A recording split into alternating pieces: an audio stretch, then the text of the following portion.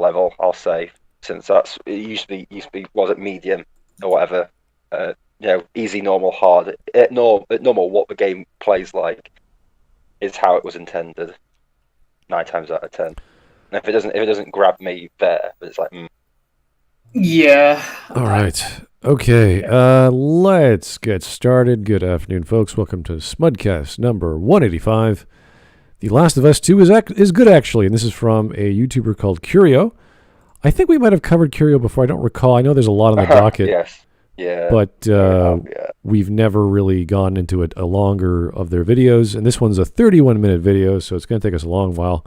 So we'll try not to say too much unless it's completely necessary. But this was done in July last year. It has almost 55,000 views, which is pretty good considering they have about 62,000 subs. So that sounds like a pretty good ratio. And it's a strange video. Obviously, he's an interesting fellow person. I don't know what to call them. And they have their own take on Last of Us 2. Lots of people have lots of different takes on this game. So that's nothing new. Mm-hmm. But at least this video, I can say, is entertaining. The guy or girl knows what they're doing. So they can make a video, they can cut it, they could have fun, and that's the most important part. Yeah. So we're not going to be bored out of our mind watching this thing. They have an interesting mission statement, I guess, on their channel. Oh, yeah? Spreading cultural Marxism gamerism to destroy the West and socialize anime. What? That's what it says. 79 videos, 61.7k subs, right? Yeah, that's good. Yeah, you lost me at cultural Marxism. I zoned out after that. I'm trying to figure out what it means to socialize anime, other than that's the part. I'm going to be stuck on that one for a while. So while you're toiling away in the gulags, the guards let you watch anime. I mean, I would be okay with the gulags if they let me watch anime for free. I'm under the impression that sentence is just a joke, because Curio seems like a pretty... Yeah, Curio seems pretty smart. Yeah. So, obviously they have left-leaning mentality, but that's, whatever. Who cares? I don't really care what their dispositions are for politics. I care about what they're trying to say about whatever The Last of Us 2 is. They're pretty smart. The Last of Us 2 is actually good. I don't know if Smud. Those two things don't seem to mesh together. You can like a piece of shit. There's nothing wrong with that. If you know it's a piece of shit, you're like, out of all the shit there is, this is the best piece of shit we've got. I mean, yeah. I like The Dark Knight Rises, and we pretty thoroughly dismantled that one during the last time I was on. So. Oh, that was pretty, yeah. That was... So, I mean, you're right. I would agree with that. Okay, so I'm a fan of Dragon Age 2, so yeah, I should. There you go, Seahawk. You see, you can relate. You got the experience behind you, your entire persona. Yay! You're crying in the closet, like it's so bad. It's so bad, but being sarcastic is funny as fuck. No. Yeah, I know, it's true. And that is the saving grace of Dragon Age is the second game, which no one really enjoyed, but it was fun. So you're saying if The Last of Us 2, if you could be a sarcastic cunt, then make The Last of Us 2 at least bearable? No, it's just death and killing. That's all it is. Sorry, it's rather joyless as far. Yeah. Anyway. Let's jump into this. Let's get started. Okay, 31 minutes, folks. Woohoo. The Last of Us Part 2 is about moving on from what we had before. On one level, it's about grief, how we cope with the pain of losing someone. On another level, it's about what we choose to keep and what we choose to leave behind. I would probably call this game a masterpiece. It's not without problems, nothing but this game is actually something really special. But you wouldn't fucking know it looking at Twitter, would you? Oh, Jesus! Whoa! Is that him? Yeah. Oh, her? Oh, wow, that surprised me. No offense. Okay, well, warning. That just... Okay, well, this is the warning about the content, not what they look like. Very cursed discourse. Transphobia. Homophobia. Animated violence against animals, and reading gamer tweets. I guess that's supposed to be clever. Okay, cool. You don't want to attack gamers when you're talking about a game, guys. That's not clever. Just fucking gamers. If only there was no gamers in video gaming, it'd all be better. I mean, it's just an interactive storybook, right? It's not really a game. It's not really a game, guys. You just shoot guys in the face with your guns. Yeah. What got? You just jump off a 2-story building, throw a brick at someone, and run straight up to them without them notice. I love that AI. Look how great the AI is. The guy walks over a car. Like, what are you doing? Well, what got me was the opening sentence of "It's about saying goodbye to what we had," and I'm like, "Yeah, you say goodbye to quality. That's something we like. Say goodbye to this series making money. Bye bye." I would love them to make a third game. Say goodbye to a Last of Us Part 3. Yeah, I would. Yeah, I dare them to make a third game just to see how that. Like in 5 years' time to see. Yeah. What would the third game even be about? Abby, obviously. Abby, muscular, beefy, succulent, juicy arms. Succulent, juicy. Yeah, massive arms. Last of Us Part 3. Last of Us Part 3. All you've got is Abby just stood there and she goes, "Somehow Palpatine's returned." and then that's. Do you feel the need to bring a Star Wars meme since Shiny's not here? Well, I am discount Shiny. Yeah. So. Yeah, there you go. He's good enough. He's from the Great Britain world, so we got to allow that. Yeah. Great Britain world. Yeah. Mm-hmm. Okay. It used to be 1/4 of the world, but now it's a lot smaller. they retreated. Like, yeah, that's good. We resized. Everything's exactly the way we want it when we first started off, so we're gonna go back to that. Yeah. We just trimmed off the fat, and we got it to the. We got our tea and crumpets. Everything's fine now. Mm-hmm. Everything's great. Tea, crumpets, curry, and also all the money. So. Well, you guys might end up throwing away more fat too. Scotland, right? Talking about splitting up into a bunch of tiny countries. They're going to keep their beard scotch. It would be losing fat. It'd be a net positive, to be honest. Yeah, just keep no more haggis. Keep the you could do whatever you want with the Highlands and Spaysides, but keep the Isle of Islay just as independent as they want. Keep making all the scotch they like there. That's totally fine for me. Yeah. Ironically, one of the Scottish Islands has a town called Kirkwall. Yep, I know. I think it's their capital. Or something. It's great. That's ironic. I might move there. I personally like the word Kilkenny or Kilkenny, but Kilkenny, yeah. Yeah. A good name. That's Irish cream ale, but Let you call it. Yeah. Made by the Guinness folk, but this is Ireland, Scotland, whatever, one of those.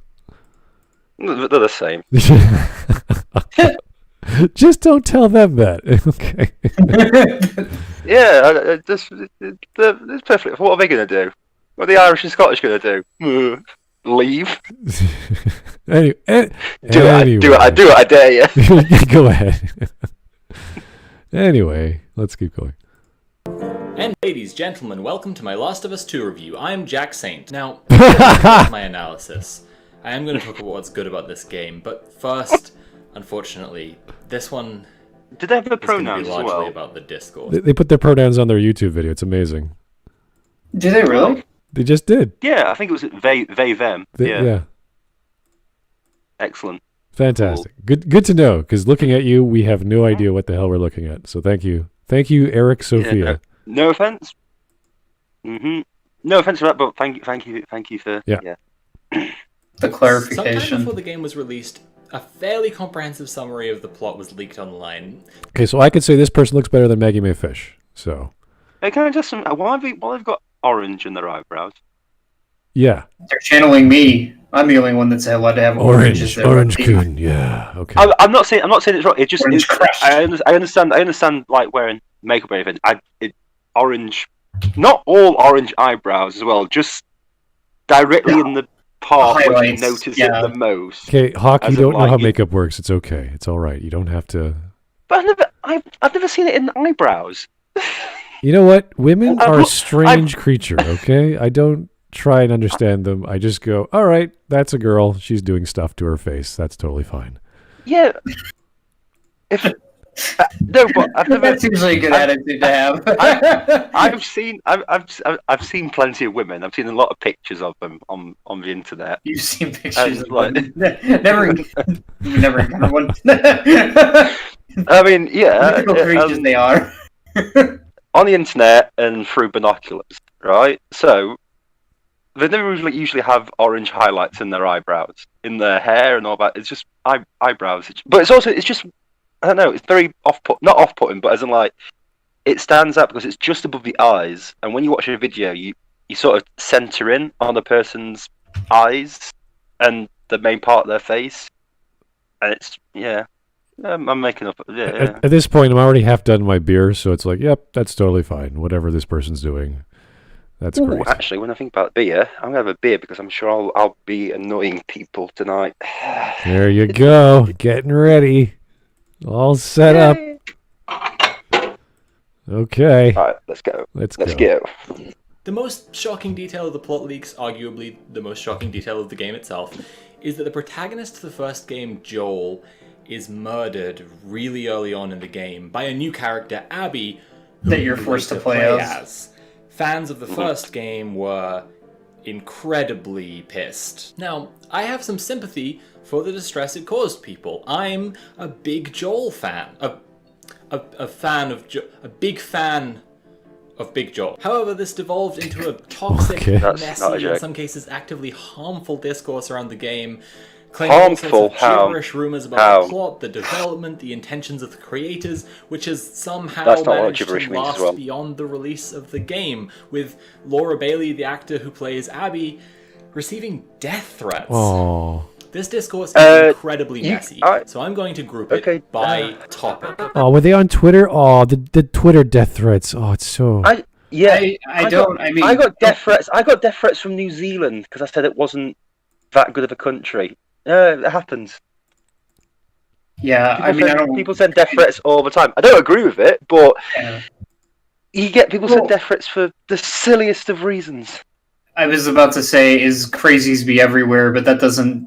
So the problem is what he's talking about is it's a sample of pretty sizable sample of people doing that, but there's also an equally, if not greater, amount of people on Twitter, on the creators' Twitters and the developers' Twitters, calling him out for bad writing, bad game decision, bad game design as well. And so it's like, here's the thing. But here's the thing, though. Sorry, just to interrupt. Most of the people go, "Oh, if they send me death threats," would send death threats to other people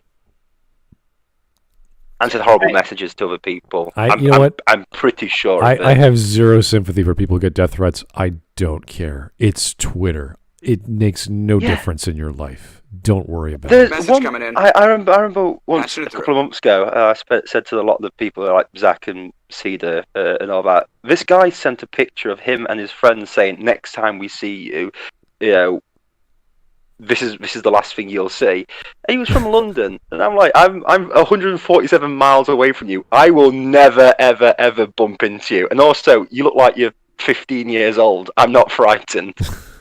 Send it to Steam, really? It's Twitter. It's stupid. Anyway, these people are idiots. Getting death threats is like, oh wow, welcome to the internet. That's great. So whoop-de-doo. Yeah. That's when you know you've made it to internet famous, when people are certain to send you death threats, I guess. I guess. I don't know. It's just a silly... Oh no, Laura Bailey. Oh, public figure. Oh, that's so bad. Anyway. Yeah. EC Cons, thank you, sir. Big Joel is a bread tuber. Oh no. It's not Joel, it's Big Joel. Big. Radio. In my head. Right. Yes, sir. Let's. Big Daddy Joel. Big Daddy Joel. All right. Big Daddy Joel.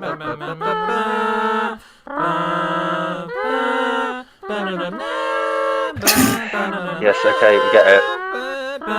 This is too much, isn't it? I feel like this is way too much. You know what? Just cut the whole thing. So according to popular discourse in the days and weeks directly leading up to the game's release, Joel is graphically murdered early in the game by a character called Abby, who is a transgender woman who hates Joel for killing her father in the... I'm just pausing it. I've just got a message from Cedar. She'd like to join in. Smud. Okay, you want this thing to last I just 2.5 hours or 7? Which one? I'm just asking. Do you want this to last 2.5 hours or 7 hours? Like, what's your time frame for tonight? Just wondering. I'm 7 hours is fine by me. I'm just saying I'm just getting messages, and I thought I'd pause it so we would not go. Okay, I'm just gonna say when Cedar comes on, things get carried away. I'll be very quiet. No. I'm not saying just you. I'm saying in general. So it's a combination of things. So I'm just saying if that's what you want. Well, it's up to you. It's up to you. It's your bloody stream. I'm fine with Cedar. I just said I got a message. I'm fine with Cedar, Hawk. I'm saying when you start talking and then she starts talking, there's this never-ending cycle of conversation that occurs. And I'm like, guys, shut up. Can we get on with the video? It's half an hour. If it helps, I can be very, very quiet. All right, let's bring her on. It's fine. It's fine. Let's bring her on. I'll stick to the topic. There's nothing really much to talk about apart from what he's going to say is probably going to be wrong. We never know with Curio. He's always a fun guy, gal, whatever. So yeah. To be honest with you, it's not a bad. It's not been a bad video. Yeah, to be honest with you, video. He's done a few good jokes it's actually. Fun. It's a fun video. It's a good video. We like this video. Everything's cool. I guess I'll try to stay on topic then. Okay. Yay! Staying on topic is good. I like staying on topic. Smudboy likes staying on topic. Did you guys hear that? Staying on topic? What a great idea. Yeah. What does it mean to stay on topic again? Whatever the YouTuber says is the thing you think about and then articulate. That's all you got to do. Easy peasy, right? I felt like I got really grilled just then by Smud as well. I was like, I don't know. You got taken out by principles. What would happen there? Anyway. It felt really bad, the fact that a British guy was being like shouted at by a Canadian. Anyway, we were listening to Curio go on about Abby. He was talking about how it was thought that she was transgender to begin with. Why? Gee, I wonder why. No offense, but that first image where she's holding the golf club, when they released that, she really did not look. Obviously, they must have changed the design a little bit more. Yes, they did. Yeah, because that first photo was like, Jesus Christ, that is a bloke. If you look at clearly a bloke. If you look at the trailer they released, where the only information we had of her was from a trailer where she was strung up and they showed her getting falling down from getting hung or whatever. And then you look at the in-game scene where that happens, they beefed up her muscles. Like you could tell there's a clear difference between her muscle tone. So she's got some whey protein. She started working out, doing some lifts, went to the gym a few times a day. I mean, it's natural. It's going to happen. Yeah. These are things. The funniest thing is she has bigger tits than or smaller tits than Curio, which is always impressive. So whatever Curio is doing, keep doing it. You're doing well. Smud didn't even notice. Well, you see, I gotta help out you guys. Give you things to talk about. Smud, are you okay? Is that drink hitting you a bit harder? You know, I haven't usually. I haven't had much to drink today. I'm fine. I'm okay. I'm good. Anyway, I just realized we have two cutesy little icons on our Smudcast. Thanks, guys. It's kind of, aside from me looking at you with death red eyes, yeah, it's nice to have cute little anime characters over here. No, yeah. Anyway, let's go.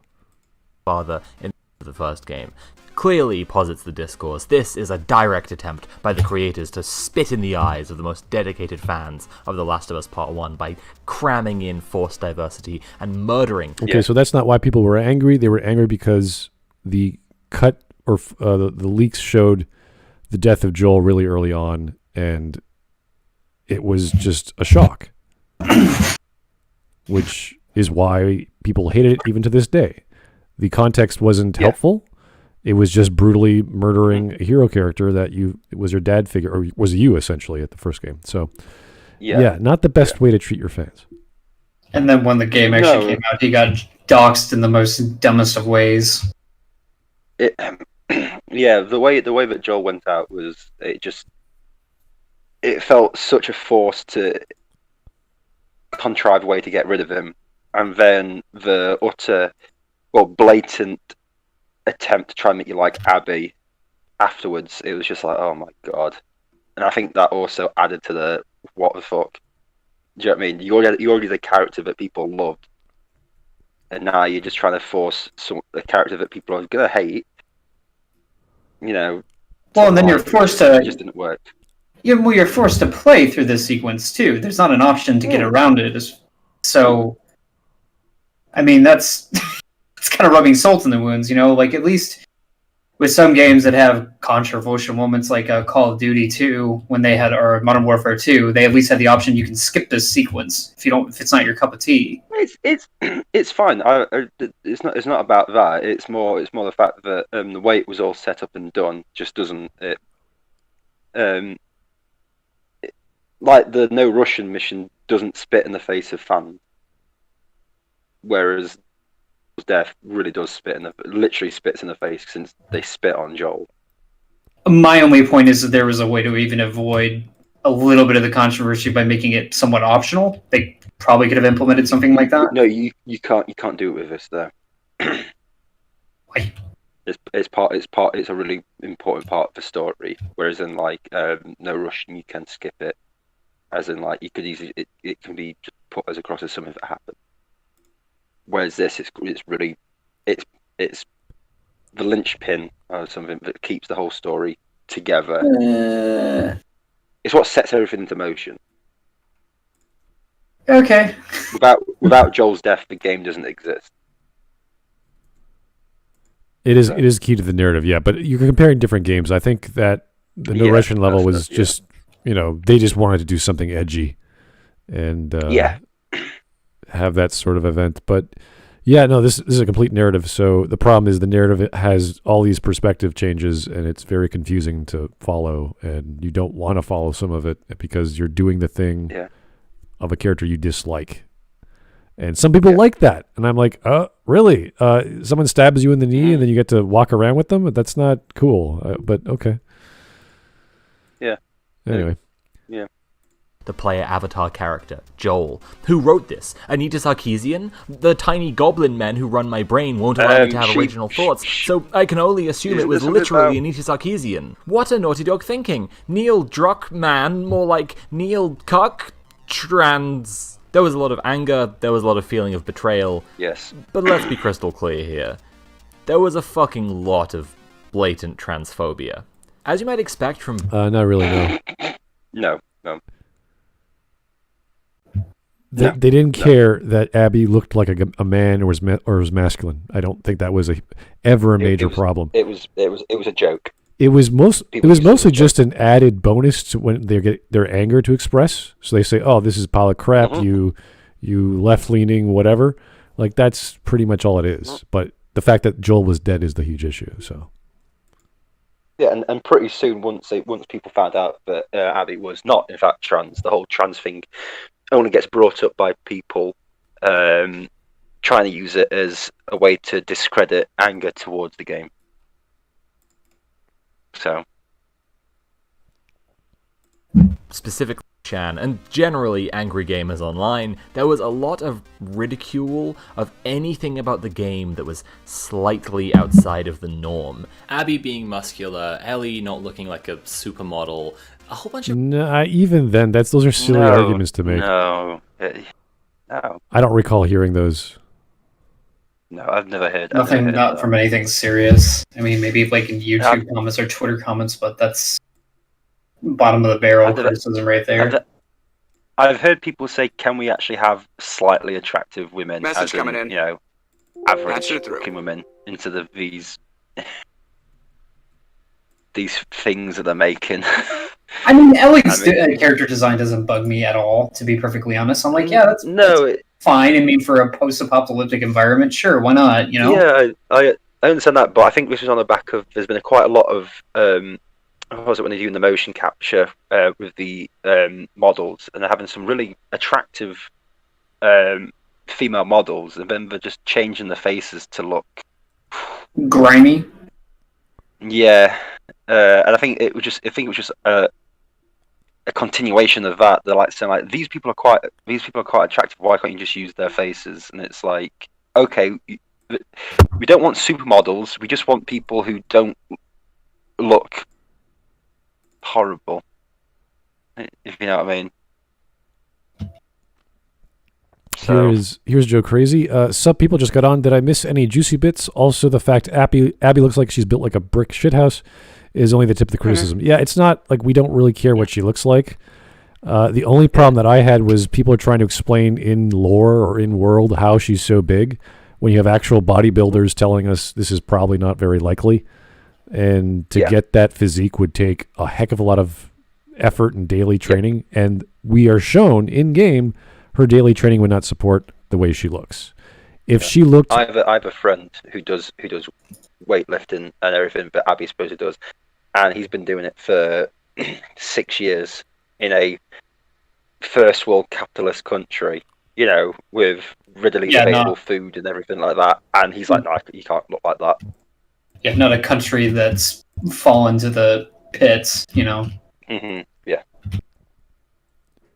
Well, when we have her actual workout schedule, it shows us that she does these specific exercises for the next 2 months or whatever the routine was. Yeah, it's like, that's not focusing on her arms. That's focusing on like general like yoga and doing jogging. all these. Yeah, yoga and jogging. No, wait, that's what? Yeah, that's not. Anyway, no, she's doing it via doing a handstand. For jogging. I don't think. Yeah, even to this day, I get people saying, "Oh, you just hate women," or "You're so jealous that you can't look like her." It's like, dude, this is not my opinion. This is a female bodybuilder's opinion. Okay, if I think this, then you are shaming her for being whatever she wants to be in life, and I'm sorry. Also, what's wrong with what's wrong with the way I look? I'm happy with the way I look. Are you trying to body shame me as well now? In defense of but not body shaming Abby, because Abby's not real. Yeah, I know. Well. it could be a video I made on. We criticized the Goldman about Ray is not a Mary Sue, and we say she is, but oh no, you just hate female protagonists. It's like, when did that ever come up in the video? No. Yeah. Like they need to explain in their brains why we think this way. It's like we're giving you the answers in our Smud. I know the Smudcasts are long, but if you're not going to pay attention, then you can't actually criticize us properly. Yeah. Yeah. You hate women because of this. No, I hate women because of other things. It's not because they're protagonists of games. No. Okay, Hawk. No, I'm a joke. Yeah, okay. Yes, I always do. From Dina having a big nose. In some of these cases, this happens to coincide with other bigotry. Yeah, Dina was Jewish or whatever, so that's what they call it. She has a big nose. It is funny though. She's sort of the darling of Jackson, but she's not that attractive. She's kind of playful and funny, but other than that, there's not much to her. Hey, she's if she came up to me, I'd be like, "Sorry, love, you're barking up the wrong tree." Some edgily memeing about Dina's nose were anti-Semitic, and they were trying to signal to anti-Semites that they're one of the cool kids doing the cool anti-Semitism. But in general, these attacks were just generic policing of how women's bodies should look. We should try and be understanding. No. They're not that attractive. In fact, I would say they're not attractive at all in certain cases. No, we're not. But I just love The Last of Us Part 2. Fuck them Jews. I was like, what? No. When did that? That's new. I've never heard the anti-Semitism argument for this. For Dina. Someone making fun of the nose, I guess, and just saying that it looks like a Jew nose. Is that what they were saying? That's the only thing I can see how you can bring that into this. Yeah, but when you say, people make fun of like a big nose, they can make fun of people having a big nose not because they're Jewish.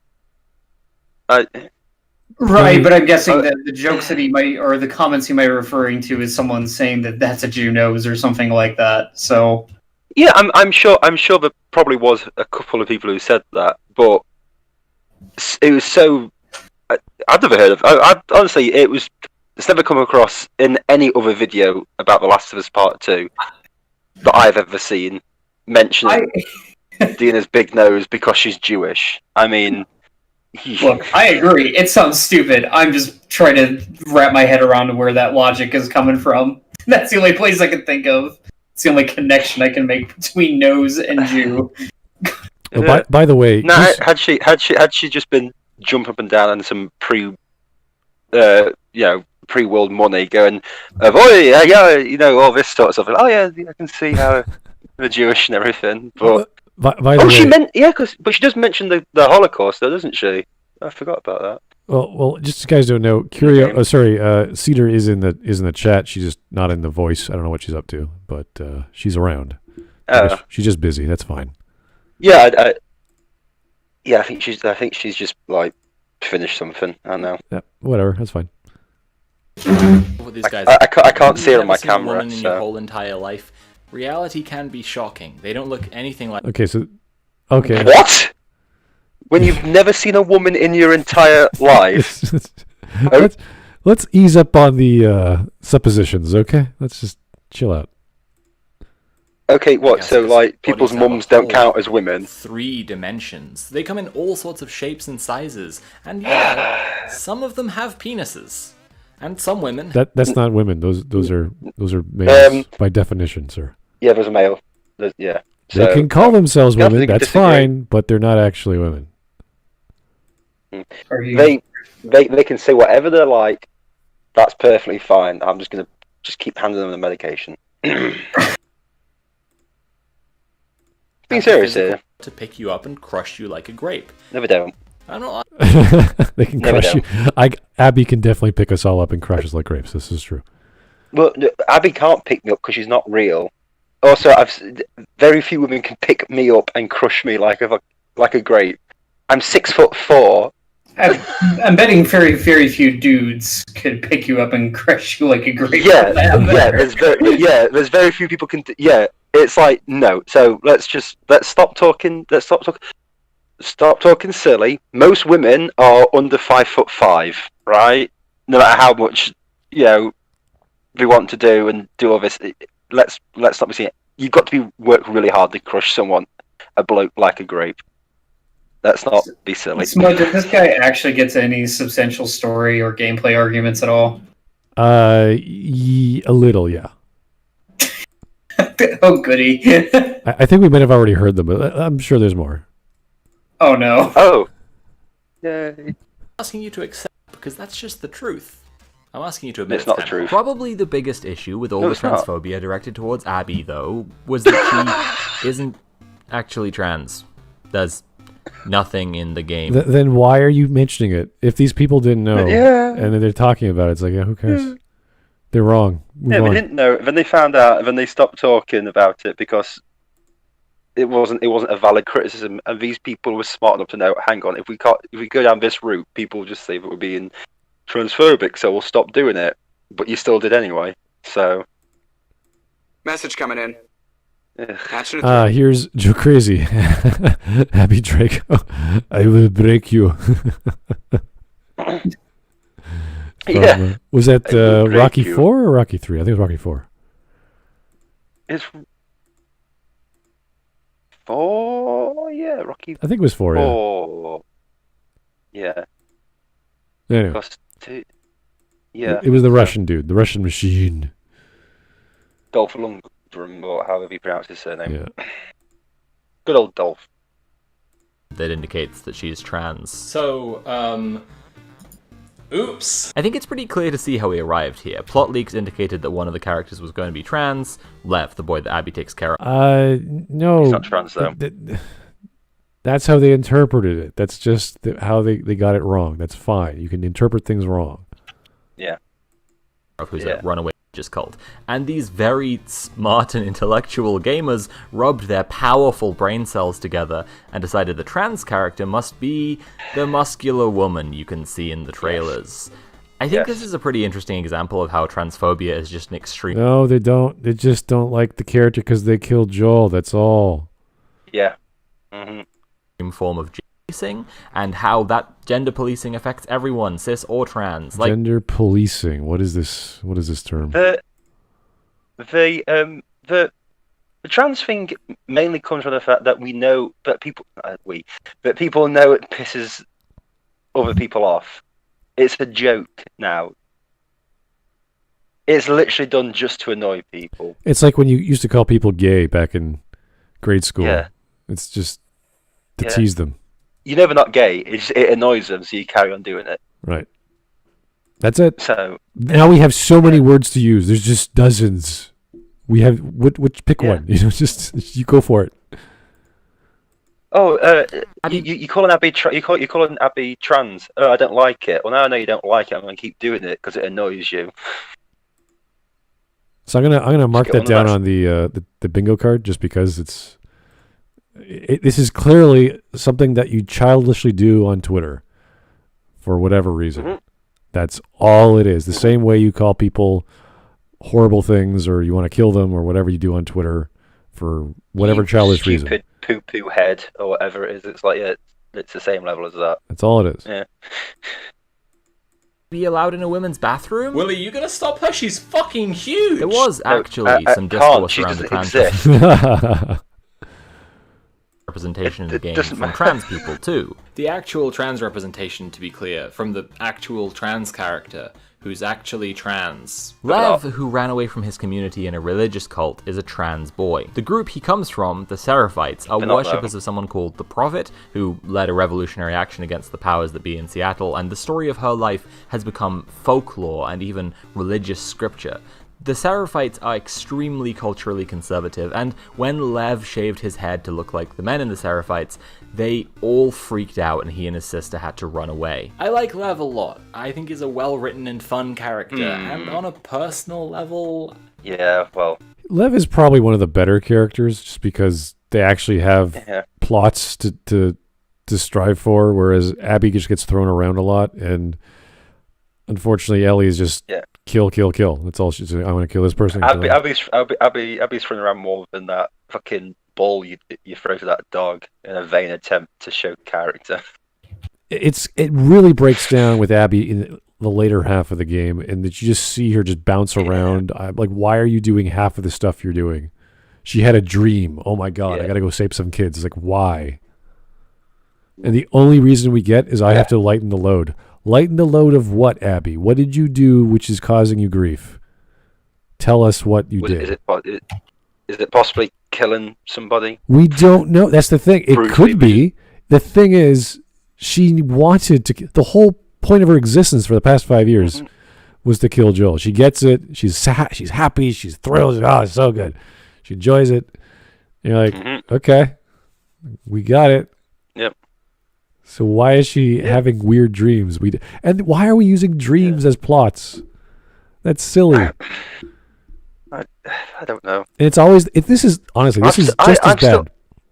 This is just as bad as the dreams from Mass Effect 3, where is the same.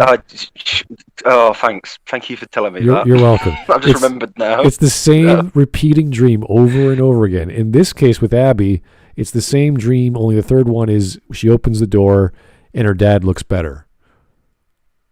And it just ends. And you're like, what does that mean? What is that supposed to do? What are we trying to say? What's the point? Yeah. You can't use dreams as an excuse for plot. You cannot.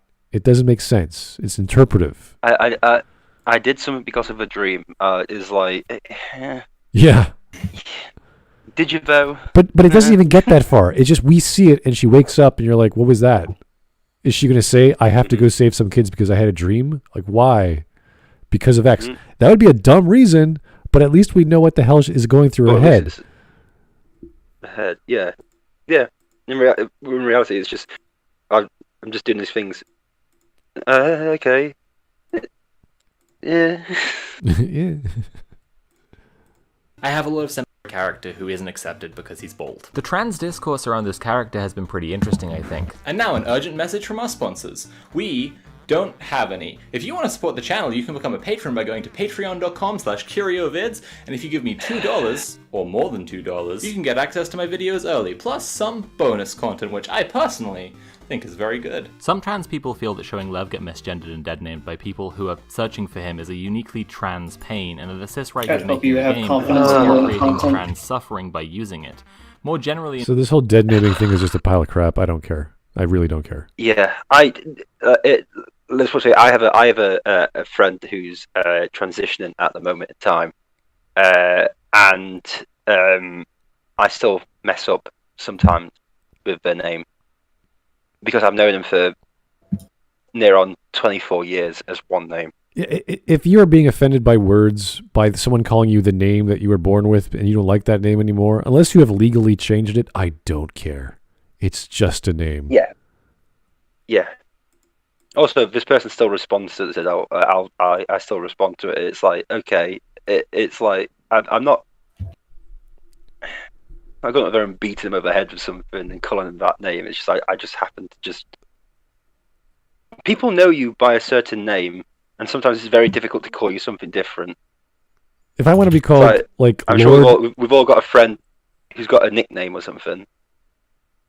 Yeah, if you want their actual name, it's really weird. If you want to be, you change your avatar online to like, I don't know, Lord Mouse or something. You'd be like, that's interesting, Hawk. Why are you doing that, Hawk? You know, we're gonna tease you about it. It's like, what's that all about? It's like next Smudcast I come on and my name's Keith. Yeah. It's like what? Okay. Sure. It's just weird. No.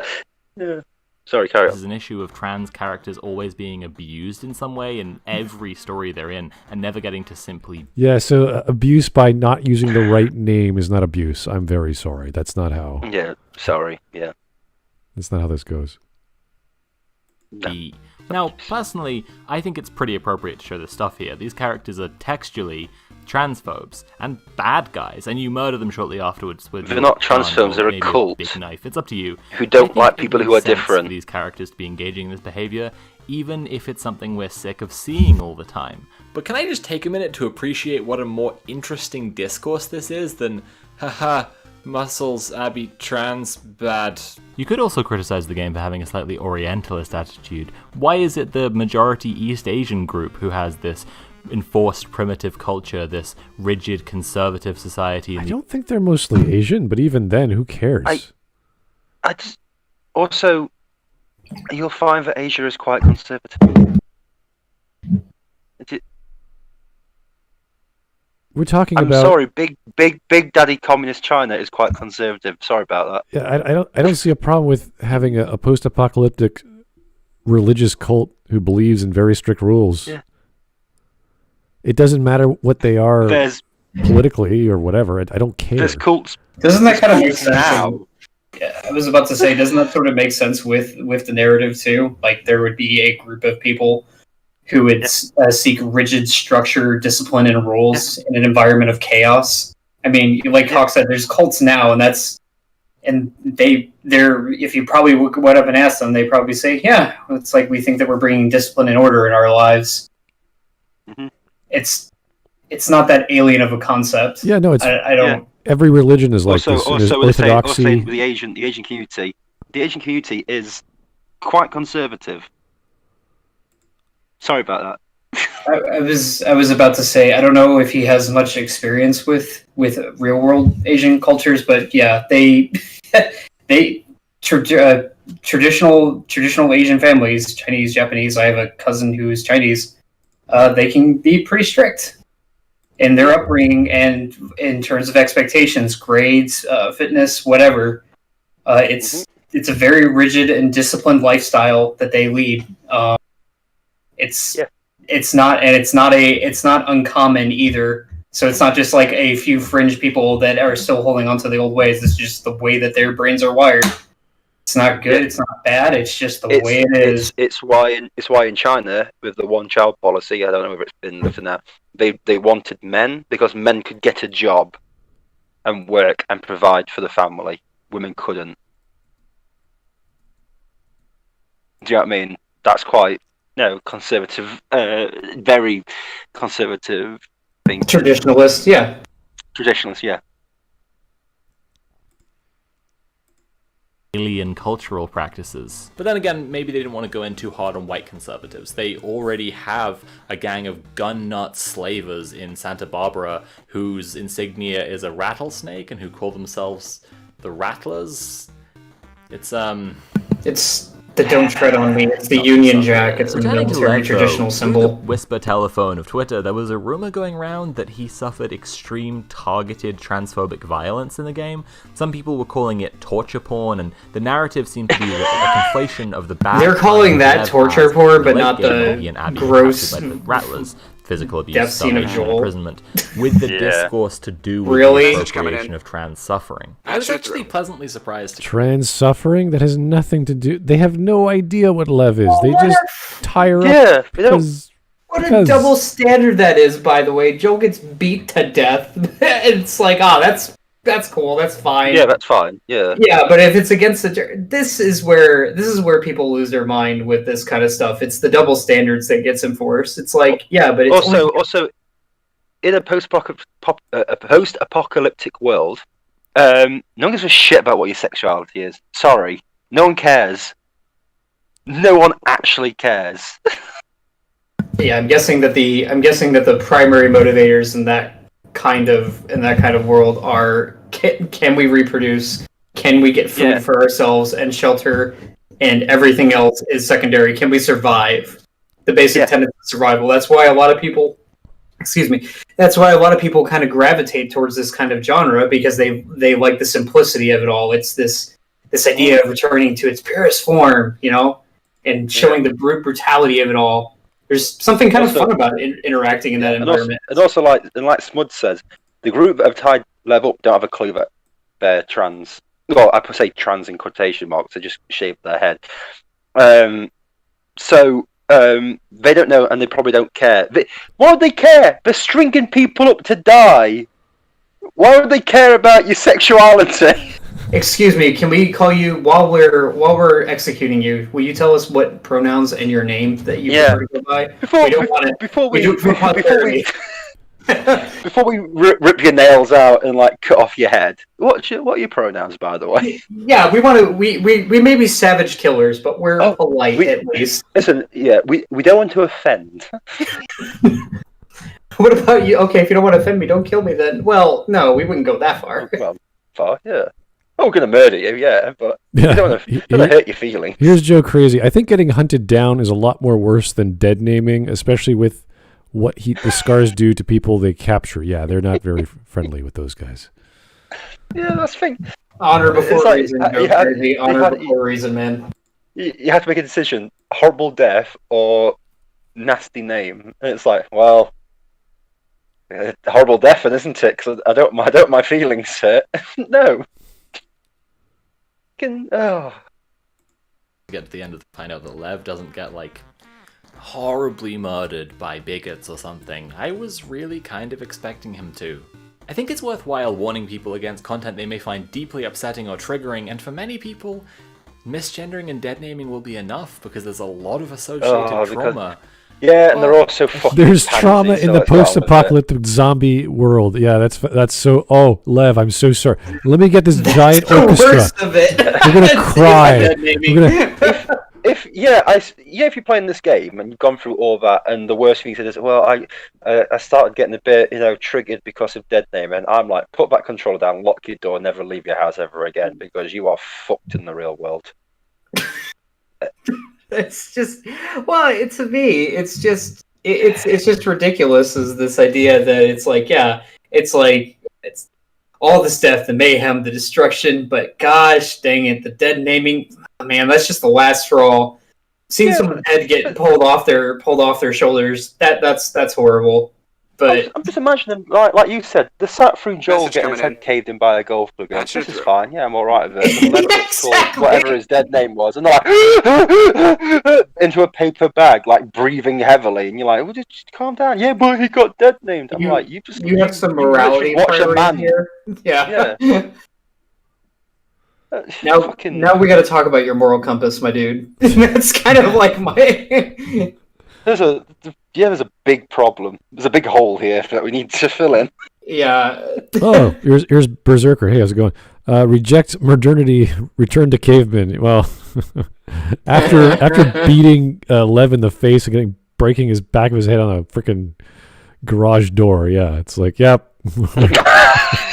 What was that guy's name? I don't care. He's fine. Just knock him out. Yeah. Fat girl. Fat girl. I salute you. I love this comment. Yeah, who would have thought that a snowflake would get all sad because of dead naming in a world where zombies will tear your jaw off, your face. Yeah. You have. If that's a problem, you have got to sort out your priorities. You seriously have to. Well, I mean, I think I've mentioned it here before too. There are things that I don't necessarily like. There are moods that I am in for video games, and sometimes, I don't want to play a video game with grotesque violence, so I don't play it. But but call me crazy, but I think that's a lot more of a reasonable. Like, this might push my limits a little bit than the other. It's like if I know a movie and and I'm in a bit of a sentimental mood, I don't watch it where either kids or animals die. I go, no, I'm going to give this movie a miss today because I'm not going to enjoy it. I'll watch something else. Right, but it's a sliding scale, right? Like if you're already but I'm not. But if I happen to watch it, I'm not going to panic and cry over. I'll be like, well, okay, I didn't really enjoy it, but I'll live. I'll get over it. I'll move on. These people are fucking pansies. I'm going to say that they are absolute fucking pansies. Half of these people, they really do not exist in the real world. Honestly, real world's tough and hard, and it's not fun.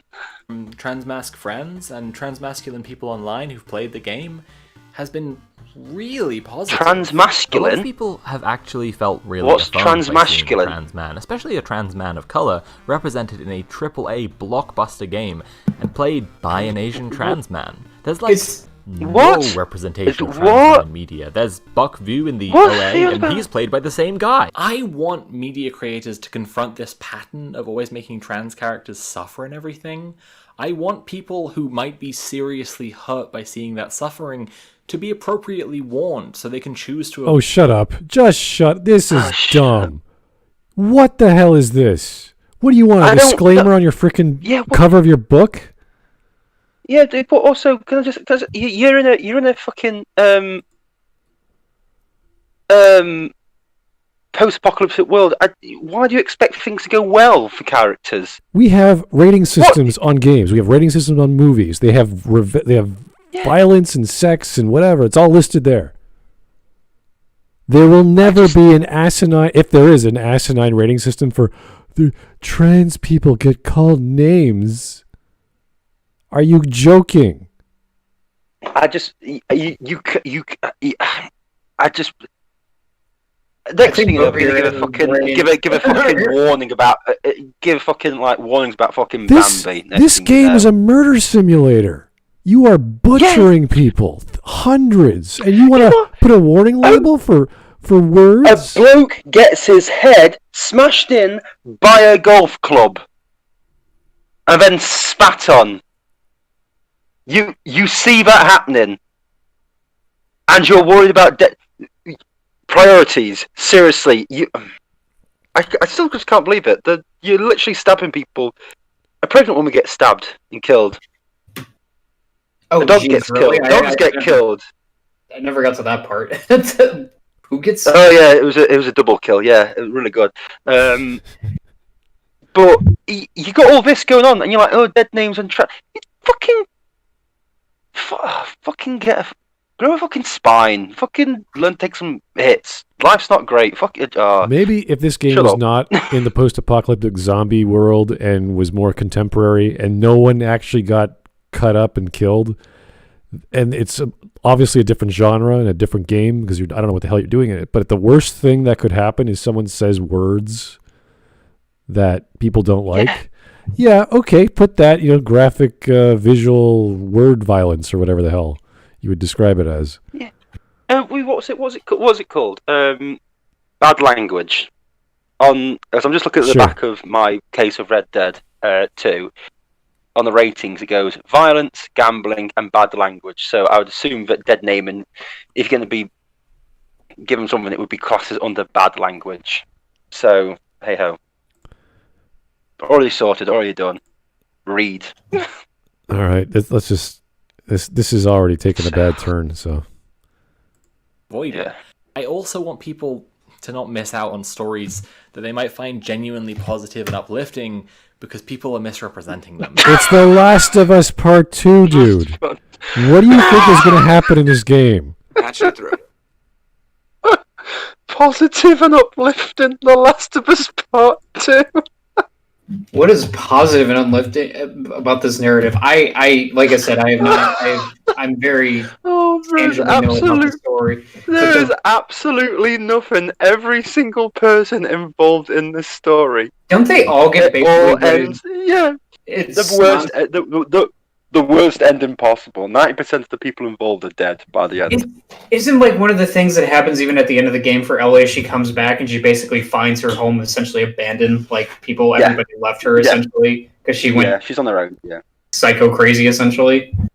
So it's like I don't. No, she went off to finally get revenge on Abby. Didn't do it again. Yeah, was it the whole thing? She comes home. Yeah, and Dina says, "I'm not going to wait for you." She leaves the sperm donor's baby, and yeah, that's it.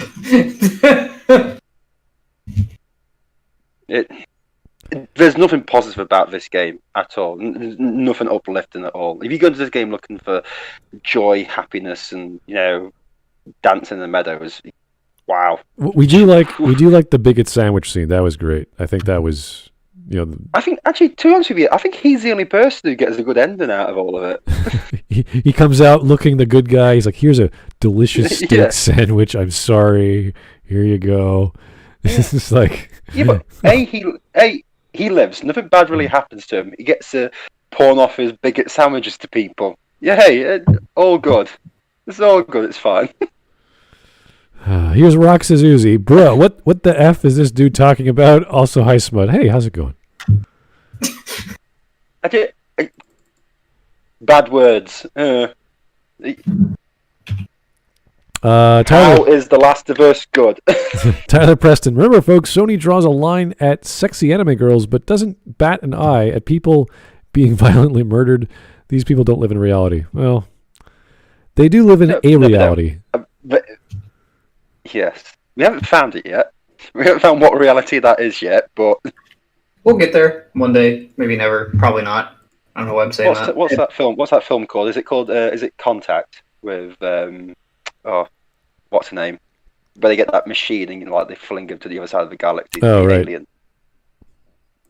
To discover that alien species who made this, or they didn't make the pathway to travel, but they found it and they just wanted to communicate to humans. No, she gets so she gets flung in there. That's what's going to happen with us to find this reality where these people are. Got to do NASA's got to create a machine. Oh, I think we should have a discussion about how social media is affecting our discourse. Talk about the game. And the way we approach art. But first... So with the notion Abby was trans debunked, oh God, the Abby gang needed a new focus. Get off of Twitter. Something in the Stop using Twitter. Deep-seated need. Can we just skip this? Is this all just Twitter bullshit? I swear, if this is just what they said on Twitter, this is just... Don't listen to Twitter. I'm on Twitter. It's shit. To prove Abby overpowering Message Joel coming in. didn't make sense. Patch it through. It's unrealistic. They did it for no reason. It's just for shock value. Aha! Here's the take that's Message coming in. No woman could Patch it through. realistically be as muscular as Abby. This one really took hold for a little bit. If Abby isn't trans, read secretly a man, there's no explanation for her enormous muscles, right? There no isn't an woman explanation. could ever look like that. Have Naughty Dog even seen a woman? Neil Druckmann, more like Neil Drunkman. This is an easy enough one to sort out, right? Abby's body is based on Colleen Foch, an athlete and bodybuilder who, if anything, is even beefier in real life in a 21st century modern Besides world. That, there are loads of female bodybuilders in real life, much more buff than Abby. You can just Google female bodybuilding for research purposes. But hold up, if we're talking about realism, right? You can't really expect that real women could look like Abby in, like, the post-apocalypse. Like, we can't... Like, no one would have the diet and exercise to look that buff in the post-apocalypse. Like, Abby would have to literally live in the gym to look like that. I swear to God, if you're going to look at that fucking... No, she doesn't.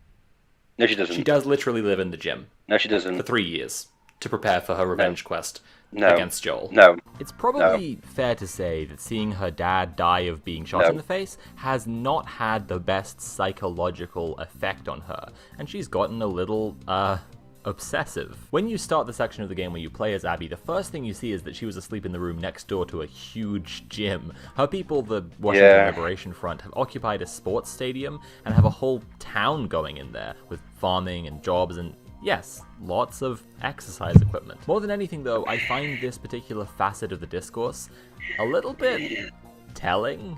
I think at its root, this facet of the discourse just shows us that people were just mad that they couldn't play as a man anymore. No, Okay, yeah, we're shut done. the This is fuck up, bullshit. shut the I'm fuck so up. sorry. This is pissing me off. No, just because you live, just because you're next to a gym. I know that a friend of mine who lives next to a gym is the fattest cunt I've ever seen in my life. Just because you're near a gym doesn't mean you go into it. Look Also, at all if you this look at her food. fucking Look at all these. regime, she does yoga and jogging.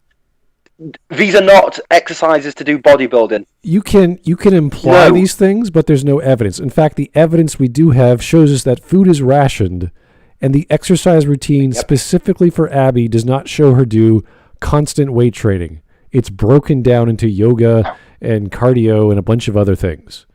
There is like maybe 1 week she does specifically weight training for upper body and lower body and this and that, and the rest of the weeks are all different. Jogging, breathing exercise, yoga, and something else which is like Now, so fucking. If the designers or the developers of that little little chalkboard, whatever the hell that thing that had her schedule on, was like weight training, and she was given extra whatever food, it's like, then it would be like, yeah, that makes perfect sense. I would be totally understood. You've got to have protein supplements as well. This is what people always forget about weight training. You need protein supplements as well.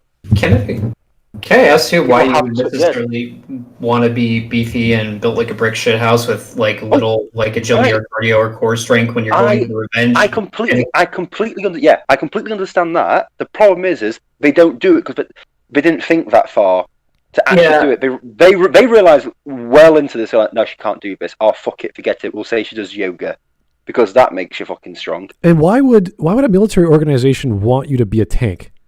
That was the point I was trying to make. You don't. Most of the best kind of functional exercises are stuff that focuses stuff like more on your core and your cardio, stuff that makes you agile, fast. My brother's ex-army. At the height of his army career, he was like a twig. He couldn't put muscle on. He was strong and fit and could do everything, but you looked at him, you thought a breeze could snap him in two. Yeah, I had my cousin come from the RCMP, who they pretty much starved him. So he was fit, but he was exhausted. Like, he was tired. Like, this is training. Oh yeah. They put you through the ringer.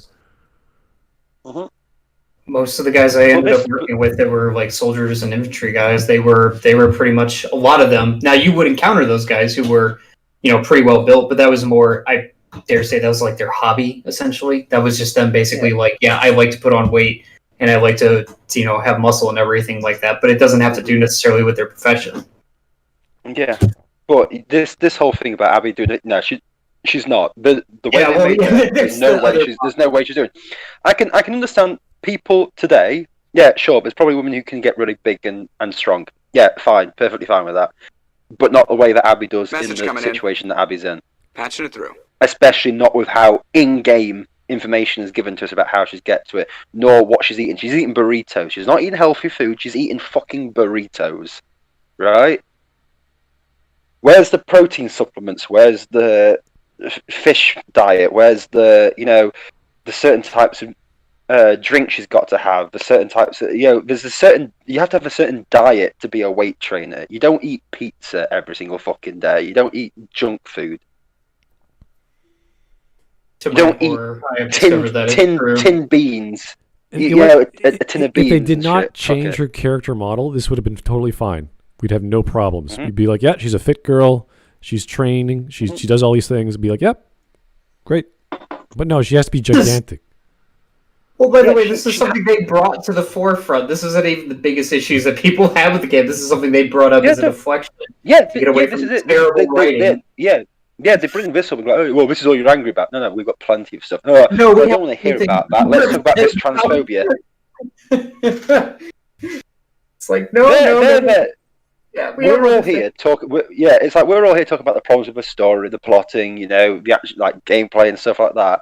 And we're all having this discourse, and these people are in another room shouting about transphobia, thinking they're winning the argument. And we're like, no, the argument's over here. Just walk over here. Anyway. Yeah, it's just kind of like, no. That's not the issue we have. The issue is with the first point that you just kind of sort of breezed right past and went speeding past, and you found another argument that thought you could win, although you couldn't even win that argument. And here's the thing, when you're losing that really badly. Anyway, I don't know if we're going to keep going, but I'm going to read some super chats and see what else is going on in the video. Tyler Preston, remember, folks? Already said that. Sorry. Joe Crazy, Bigot Sandwich Man had the best arc in the game. Okay. Yep. Yeah, he did. Yeah, he was an interesting character. He had his fall with his rise. Lenny the Shark. When I get Gaddafi, please refer to me as Lenny and not as Lenny. Okay. Thank you. That was a good one, Lenny. Thank you. 11 minutes. Joe Crazy again. You can't get that big on a diet of apocalypse burritos, a lean and athletic build maybe, but not a Venice Beach juice head build. The other question is, why would she want to do that? What is she doing? I'll tell you something like that. Bodybuilders are not the most maneuverable people in the world.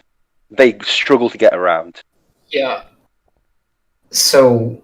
Smud, by the way, I just taking a look at the timestamps of the video. It looks like about 20 minutes in is when he gets to the game analysis, and the next section is going to be covering Druckmann himself, and I guess all the stuff he's been coming under flag for. So just letting you know, it's and then in between that is another discourse analysis, which I'm sure he's going to be talking about how death threats. Oh, sorry, God. If he mentions Twitter, if they mention Twitter, I don't.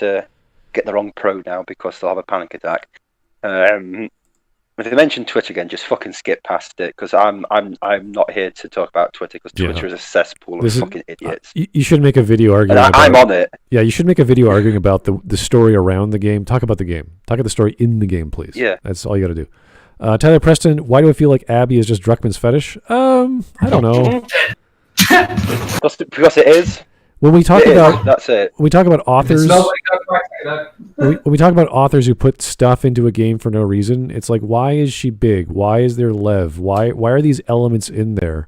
And then you listen to what he has to say about the original concept behind The Last of Us and how he was bashing Quiet from Metal Gear Solid 5, and he didn't like all these other female depictions in games, so he wanted to do his own thing. And it's like, that's fine. I'm totally cool with whatever you want to do. But if they're just in there for the sake of it, like, there's no reason that I can see why Abby is so big. Like, what is she those muscles for? She could have killed Joel, no problem without them. She could have fought off Ellie, no problem without being that bulky. She's a soldier. She's got more training.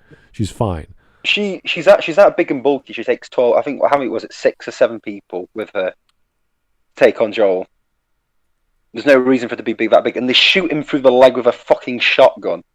How much muscle do you need to use a shotgun? All right, let's keep going. If it keeps rambling on, we're gonna just jump ahead. Yeah. And But And I got the they couldn't say timestamps that ready. because that's pathetic. So they had to find a different narrative. They had to find another way to find someone to blame. Okay, I don't really care. By the way, we blame Druckmann because he had his fucking hands in everything. He was boasting about how it was pretty much his baby, so yeah, we can blame him. I'm not here to listen about what Druckmann said or tweeted about or interviewed with. No, he's an absolute cunt who has no idea what the hell. It took other people to rein him in to make something half decent with The Last of Us Part 1, and he's an untalented hack. So and now he's inspiring Cory Barlog for God of War 5. So he hated that. Oh, boy. Let's get to the actual game. I'm actually on the. Let's go to 20 minutes, I believe. Mm-hmm. Yep.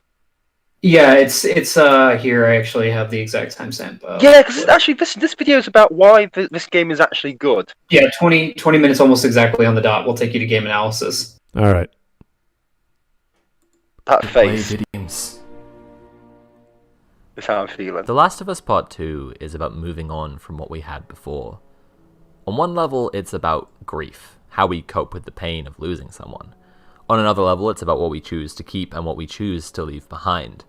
The Last of Us concerns itself primarily with one popular facet of post-apocalyptic media, namely, what is a societal luxury and what is basic human nature?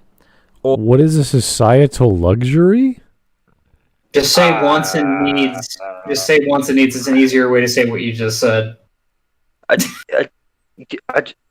Abby wants to kill Joel. Ellie wants to kill everyone associated with killing Joel. Joel. That's not a good. That's not a resource. That's outright murder. Yeah. Justice. Yeah. Revenge. Yeah. That's not a dish that is usually served cold. Yeah, this is not a buying and selling issue. I need food. I need water. No. How much is one revenge? Oh, that will be $50. Thank you. Yeah.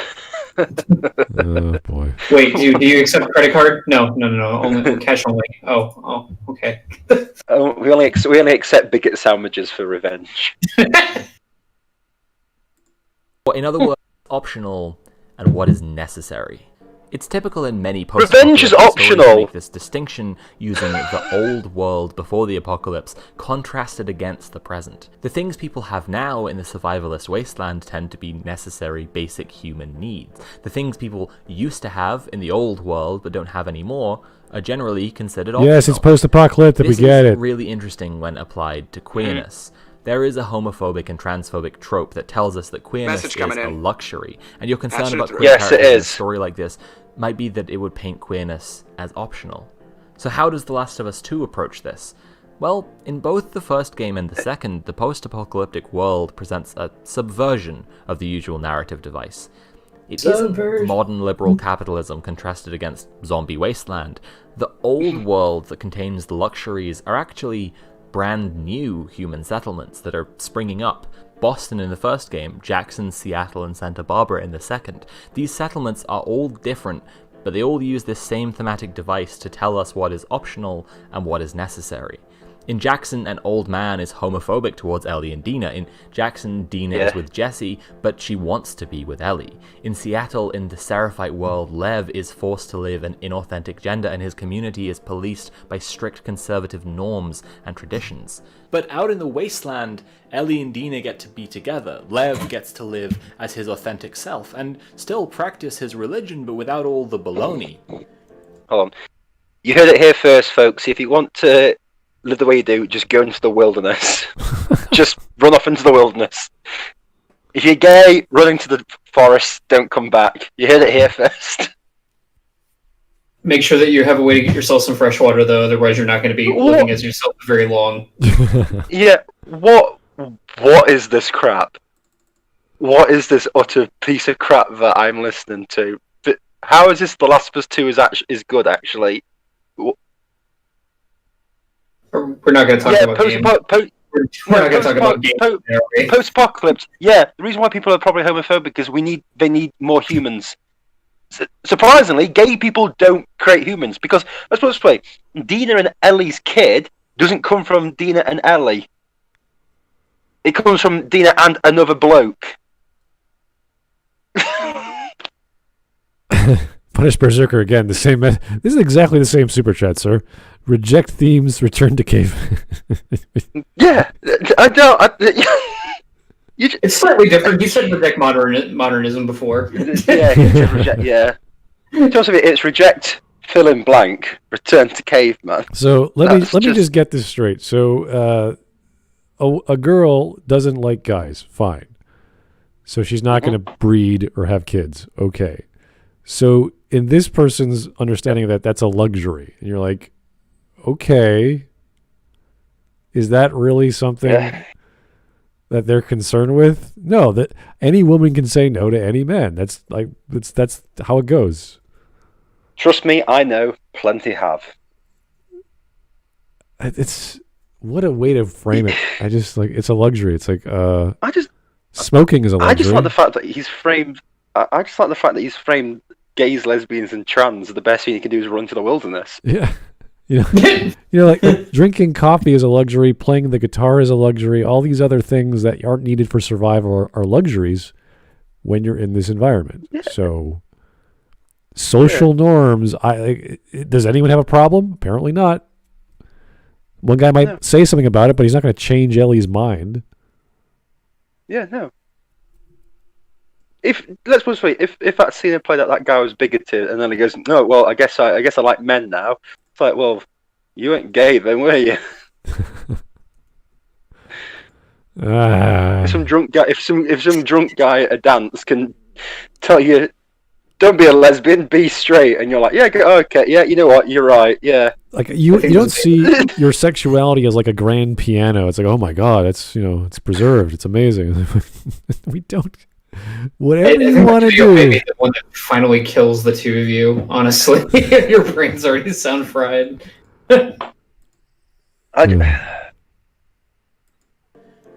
Queerness is necessary. Bigotry. No, it's not. Queerness is not necessary, sir. Not necessary, ma'am.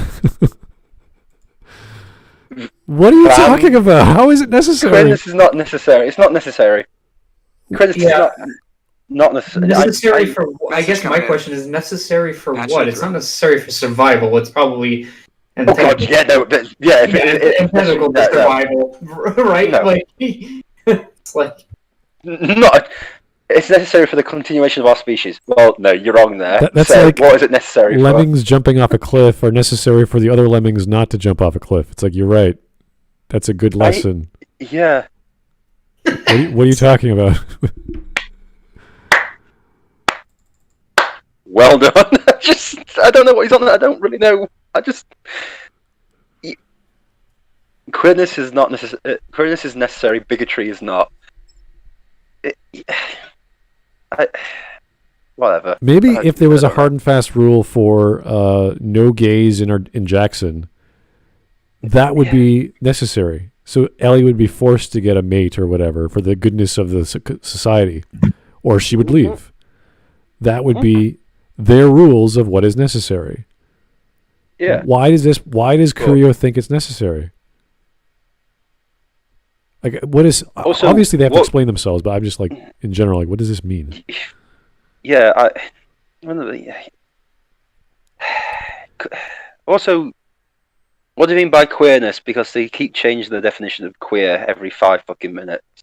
So they need a bit more than queerness is necessary. Well, what type of it is it? Because gay used to be queer, now it's not. When it was lesbian was queer, now it's not. When it was bi, now it's not. When it's trans, now it's not. Now queer is its own thing. So what is queerness? Yeah, it's like, I don't even know. Yeah, it's always these terms. They all mean roughly the same thing. Joe Crazy. If Ellie is immune, then that means her offspring could possibly inherit that. There's a good point. That could be a useful trait in the gene pool. Just saying. Hey, I didn't even think about that. That's pretty smart. Yeah. Yeah, but she likes pussy, so fuck it. Yeah, you can't have sex, guys. No, can't do it. Yep. That's sex is not necessary, guys. Queerness is. Yeah, but you're talking about a group of people who seem to think that one single vial of someone's brain would cure the whole world. So, we're not talking with incredibly smart writers or reviewers here. They're idiots. Spirituality is necessary. No, it's not! No, it's not! Why? No, fuck that. No, fuck that. No. Being a fucking hippy dippy do shit in a post-apocalyptic world isn't necessary.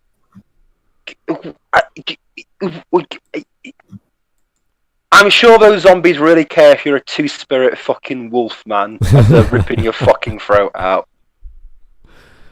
I hope Curio is appealing to the concept of our softer side of humanity, the things we believe in, as opposed to just saying spirituality in general. Because you have to explain that term. You can't just say, we need a focus on philosophy or religion or whatever you believe in this dire world. It's like, okay, I'm with you so far. What do you mean exactly? Okay, let's put it this way. Oh, but nicer, softer thing. In Jackson, they have a fucking dance, right? Where everyone's happy and enjoying. Isn't that the nicer, softer side of the post-apocalypse? You would definitely need some entertainment and levity, yeah. That would be pretty important. I don't know about the spirituality, though. Yeah, it's like a shrine. If you're gonna put some premium on entertainment, I think you could safely say that spirituality can fall into the same category, and the idea that you have some sort of moral guidance, some code. Also, you have a community spirit, because they've obviously worked together to set this dance up. Community spirit. I don't know. I would say, yeah, rather something to believe in would be more relevant. It doesn't have to be a spiritual message or a religious message or a philosophical one. It should be focused on survival, of course, but there should be more depth to just surviving. Yeah, no, Smud. It's the fact that there isn't horns blaring out. Look at us, we're all a bunch of faggots. Come over here, have a good time. You know, that's that because that's not happening. You know, there's no spirituality. It's come on, like the gays. Come on, guys, you need it. I'm perfectly fine with the gays. It leaves more rampant totty for us real men. So. All right. This is good, but okay. I just want more clarity, please. Conserved norms and traditions are optional. Traditions are optional? They're not. They're not. Are you joking me? In a scarcity environment. Why is it left wing things? Oh, they're necessary, but supposedly right wing things are optional. No, that's not how this works. If you don't have rationing of food and proper crop rotations and checks on health of people who are not infected by the virus, if you don't have these things, everyone will die. Yeah.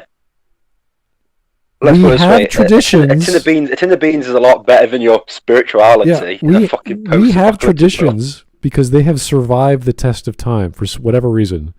Usually, because they kept us alive. Yeah. No offense, the ways humans worked in the Middle Ages would help out a hell of a lot in a post-apocalyptic world. We have certain reasons for growing crops on certain sides of the hill, and we irrigate a certain way, and we have sunlight hitting our solar panels at a certain angle for a certain like there's all these rules and traditions for science and just living. Humans lived for hundreds of thousands of years before modernism. We survived long before electricity and the ability, the Industrial Revolution, you have to remember, only happened in the UK in the 1700s at the late end, and that was And that was the first in the world who did that. So that's 17, let's say 1740 or whatever, because it helped set up the British Empire. So before 1740, we didn't have any of this sort of stuff that we'd class as modernism. How did humans survive? Traditional fucking ways of living, but worked for millennia. So these things do work, and in a post-apocalyptic world where we've pretty much gone back to a pre-industrial level of stuff, they'll work again. So, yeah, sorry. Agree, it just carries the message forward from the first game. A lot of people felt that Joel's arc in part 1 was basically going from only caring about himself to only caring about one other person. And yeah, that's true. Yes, that's true. But it's also the point. Seeing things from Joel's perspective, you understand it as a choice between losing humanity in a literal sense by not developing a cure, and developing the cure by sacrificing Ellie, and therefore losing. But they might not get the cure. Oh, fuck it. Does he even play the game or know what happened in the ending and why Joel did it and the probability of that even working and all that crap? Yeah, it's such a. The idea of them harvesting stuff from Ellie's brain and make a cure for the whole fucking world is the stupidest thing I've ever heard in my life, and it just shows that people have no idea how fucking vaccines work to begin with, and B, you don't want to.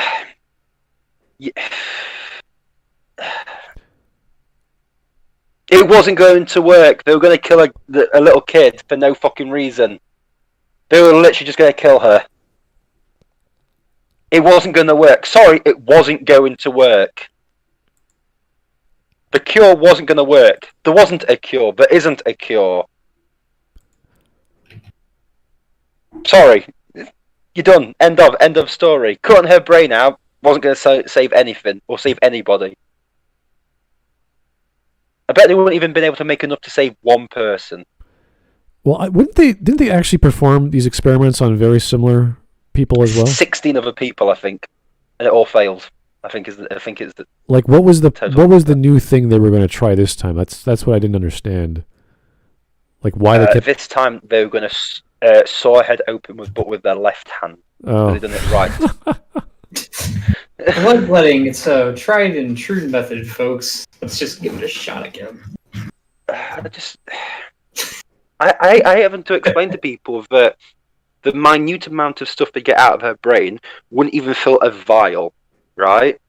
So then they're going to have to do tests on the small stuff they've got, which will get even less and less and less, to the point where you've got so little that that you're going to have to kill someone else to get, even enough to make one vaccine for one person. So you're at a negative. You've saved one person, but you've killed, 18? Yeah, well done. Well done, guys. Fucking round of applause for you. In group and everyone in the world, maybe he would make a different decision. But his us is just him and Ellie. No! And he'll always choose her first, and that's how everyone acts. It's not necessarily wrong, it's just human. But it keeps driving us towards cruelty and destruction. That's not cruelty. About the last of us. A perfect example from the first game would be David, the main antagonist from the Winter chapter. When Ellie first meets him, he asks to trade for the deer she shot because he's from a larger settlement that needs more food. His friends go back to get supplies to trade, and in the meantime, he and Ellie have to defend themselves from an infected attack. This simple situational change, making them need to survive together, makes David sympathetic. He becomes one of us for as long as they work together. Through the rest of the chapter, though, David's men hunt Ellie and capture her, and eventually he and Ellie have to fight to the death. Who's the in-group and who isn't is everything. What's this got to do with Last of Us Part 2? And that's what informs the final decision. Joel's choice between saving all the people in the world and saving the He's not saving all the people. He's not saving all the people in the fucking world. How many times do we have to keep fucking explaining this to you, fucking retard? What is this? I'm trying to understand. Is he trying to say that Joel encounters this scenario where you're playing as Ellie and Ellie has to do her boss battle against David? And that informs Joel? Does Joel even know about the whole situation? I thought Ellie keeps quiet about it. Or am I remembering? He's aware of it. Yeah, he's aware. He sees her killing her. Oh, he's aware of it. Yeah, Right. he tells her to stop, and she gets. Right. Yeah. Right. It didn't really stick with me the whole. When I played with The Last of Us But Part how 1, does this inform him that he's doing the right or wrong thing? I don't get that. This was more of a moment for Ellie. He knows. Yeah, he doesn't want people. He doesn't want them to kill Ellie. Right? Okay. Yeah. He doesn't want to kill Ellie because he's got attached to it. That's fine. This... But also, stop thinking that killing Ellie would save everyone else. It's not going to. The reason why it's such a straw man at this moment in time because it's such a stupid argument. Oh, Ellie would have saved the whole world if she'd died. No, she wouldn't. She would have saved nobody. Nobody would have been saved. She'd have just died. Here's Joe Crazy again. Worst part about it, they made that decision for her when she was unconscious. Yeah, they didn't ask her. That's right. You also don't trust 14-year-olds to make those kinds of decisions, even if she was awake to make that call. Yeah, it was implied in the second game. I think when she was aware, she would have gone through with it or whatever. But this is the chance Message coming in. of making a cure or whatever. Patching it through. And then you're talking. Yeah, it's not. They're not going to make. But it's not 100% certain they're going to make a cure out of this as well. There's a chance they could do it. So even if that was true, let's say they do make a cure, then it's like you have to manufacture this cure, you have to distribute it, you have to ration it out. Distribution, manufacturing. You don't just go around and shoot people full of darts, with the cure. Like, oh, you're saved. Yeah. Also, everyone gets cured. Okay, are they going to bow down to the Washington Group as their leaders now? No, they're not. They're going to start fighting amongst each other for domination. So there's going to be more. There's going to be actual proper wars now because the infected aren't a problem anymore. We can start throwing our whole armies in quotation marks at each other. So this is the clever part of Last of Us 1. It makes sense for Joel to do what he does. It makes perfect sense. Him, as we know him, is concerned for his surrogate daughter, and the fact that they treated him like crap right up to the end there, and it pushes him to do so. So it all makes sense. It all makes perfect sense why he did what he did. Yeah. He has no loyalty to the Fireflies or whatever they were or whatever. He can't stand the fucking cunts. So yeah, he's saving the person that he loves, and he's come to see as his daughter. But also, he's also got the other thing of saying like, you know what, you fucked me over, I'm going to fuck you over. Do you know what I mean?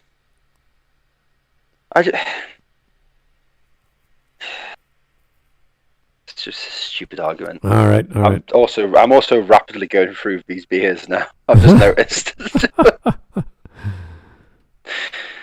Who matters? This second game is extremely about revenge.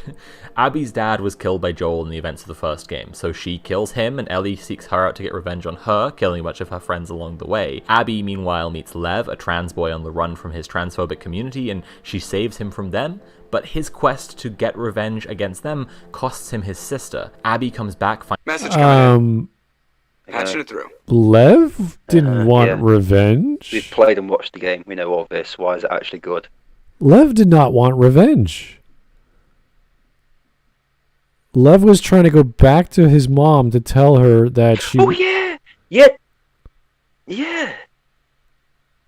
Shit, yeah. What is... Okay, let's just rewind that. I want to hear that again.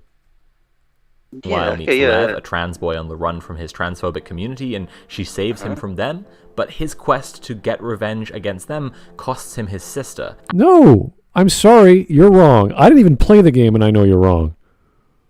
He goes back because he wants to take them. Doesn't he want to take them away? He wanted to tell his mom, I'm not going to do the thing that you want me to do. I want to be a hunter or whatever. Her mom goes crazy, or his mom goes crazy, tries to kill him, so Lev is forced to kill his mom. And Yura, was it name Yura? She knew that her mom was going to do that, so they chased after Lev. And in the process, Yura gets killed.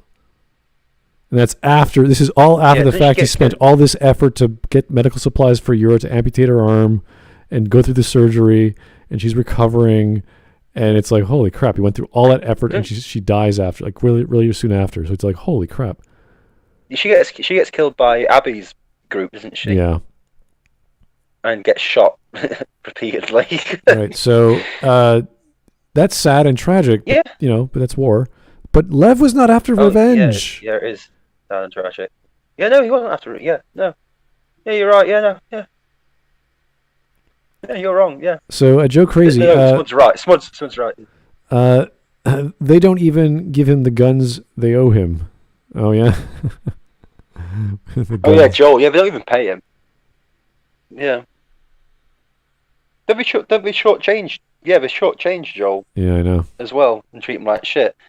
No offense, I'd be wanting a bit of revenge against these people. They're not nice people. Let's be honest, the Fireflies aren't nice people. They're not nice people. I think we all know everyone in this story is a gray morality. It's all scary and dangerous. So that's assumed in a post-apocalyptic setting. There's grey morality. Yeah. Yeah, it's normal. Abby's group is a holier than thou sort of dickishness, though. They're larger and more organized. I'll give them that. But the fact that Abby's group specifically walked across the country to hunt down possibly this one dude is kind of crazy. Yeah. So I didn't like that reveal. Yeah. I didn't like that at all. They walk, like we're talking walking across it's a continent, like 10,000 miles. It's a continent. To kill one guy. Not to kill one guy. To possibly find someone who might lead them to kill one guy. I'm sorry. That is, you put it that way, it does sound pretty absurd. Yeah. It's like if they didn't actually have the ring in Lord of the Rings for Mordor, they just wanted to walk all the way to Mordor, see if it was lying around there somewhere, then chuck the ring into the mountain. They wanted to travel to Mordor to see if the lights were switched on. Yeah, it's like, guys, do you think the One Ring is just sitting here and he lost it? It's like, yeah, let's go find it. Oh, thank God it's here. We can end this. No. It's not even that. It's like let's go to Mordor to ask Sauron if he knows where the ring is. He might know where it might be. Do you know where you left your weakness? No. Oh. Have you checked under the couch? I think I left it in the car seat. Hang on. That's absurd. I guess I didn't know from the synopsis that I read. I assumed that they knew for sure, like, where he was and how to find him and everything. I know that Joel gets found basically by someone doxing him in the dumbest possible way. It was completely he contrived. doxed himself. He doxed himself. Okay, but she had no, because when Evan and her were looking outside, like they're on the plateau and they're looking at the city. And they're like, oh my God, like that's a huge city. And everyone's like, how are we going to do this? And everyone's like having second thoughts. And then Abby's like, what the hell's wrong with you? Like, we're going to do this. And it just so happened that Abby got whatever she was exploring next, got saved by these two dudes that happened to be Joel and his brother. So it was just like, oh, that's pretty lucky. Wow. I'm Joel and this is Tommy. Sounds like you've heard of us. Yeah. Fucking. Yeah. Also, like I say, it's also 5 years as well. It's like, I just. Such a contrived fucking piece of shit. It's the same. He didn't decide to move or go somewhere else or be anywhere else but the exact. No, but Joel's moved really far away. As we say, you're talking a whole continent away from where he killed a random doctor, right? That should be far enough. I mean,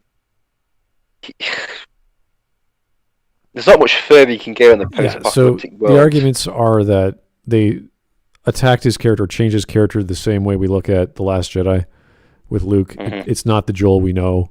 Why did Joel behave this way? Why did Tommy behave this way? This shouldn't have happened. You could argue, they were away in Jackson for 5 years. They mellowed out, but that still doesn't argue or tell us why they are the way they are. It just says they're part of a society. No offense. If anyone asks me, someone's like, if I don't know them and they say, "Is your name?" Insert my real name. My response is why, not yeah, it is. It's like why. So it's just a bit like I don't really freely give my name out to people, but I don't know. Well, that's the thing. I always assumed that Joel was supposed to be a cautious Carl, so to speak. Like he's supposed to be very. He was a soldier, wasn't he? He had an entire game, the first game, to show us that. Yeah. Yeah. So to be that careless is beyond baffling. So 2 contrivances. Abby meeting up with these 2 guys, just happened to save them, and Tommy and Joel just forgetting any sense of survival instincts and just going, "Hey, my name's Tommy. This is my brother Joel." Okay. Hey, were you there at that Firefly compound that I raided last year? Crazy. It was a good time. Also, you're not related to anyone, are you there? Also, weren't they supposed to be like patrolling because they heard that there might be raiders in the area? Message coming in. People had seen Abby's group, and they just happened to stumble across this group that we don't know anything about, and they invite them back to the city. Hey, there are these suspicious people around, but you guys look like you check out. So you want to come back? There's a suspicious group of like 7 people. You haven't seen your group of 7 people. Haven't seen this other group of 7 people, have you? No. Oh, well. Do you fancy going back to our city and having our supplies and using our facilities and stuff? Because we're about to have a movie night back at the base. Do you guys want to come? Canada Monte Cristo is on order right now. Here's Joe Crazy. Unfortunately, it's Jaws free. So hey ho. There are probably dozens of people named Joel and Tommy. Did you go down a telephone book like Terminator style? No. Name's Joel. She went through it like the Grinch. All Joels must die. It doesn't matter. Just to kill them all. I just imagine Abby, when they're looking over the city, gets on the phone book to Joel. Hate, loathe entirely. Oh boy, Tyler Preston. It's the idiot ball trope. I don't know what exactly the trope is, but it's just so contrived. Basically, the idea is that your character, the author basically says, here's the idiot ball. We need you to do something completely incongruous to your character, something stupid that will push the plot along. But here's the thing. It's not just it's such an idiot ball that it transcends the idiot ball because it breaks not only Joel but also breaks Tommy, but it also breaks things that were set up in the first game. It also breaks the fact of the matter is you look at the contrivances to get to this point. I mean, a hell of a lot of things have got to work out to get to that point. And the fact of the matter is, Joel just goes out like a real bitch.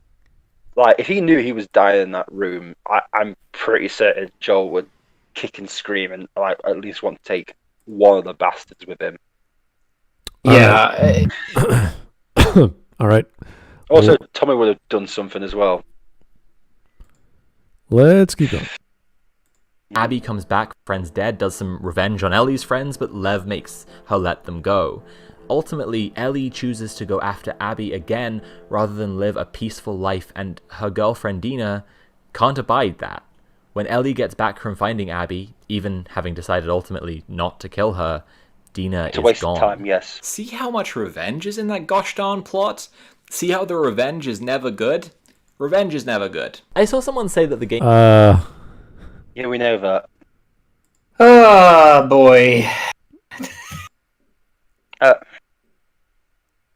Revenge is never good when you have a literal chance to do it and all it takes is a fucking contrived fucking flashback to stop you doing it. So then why does Abby more or less get absolved for her act? Yeah. Okay.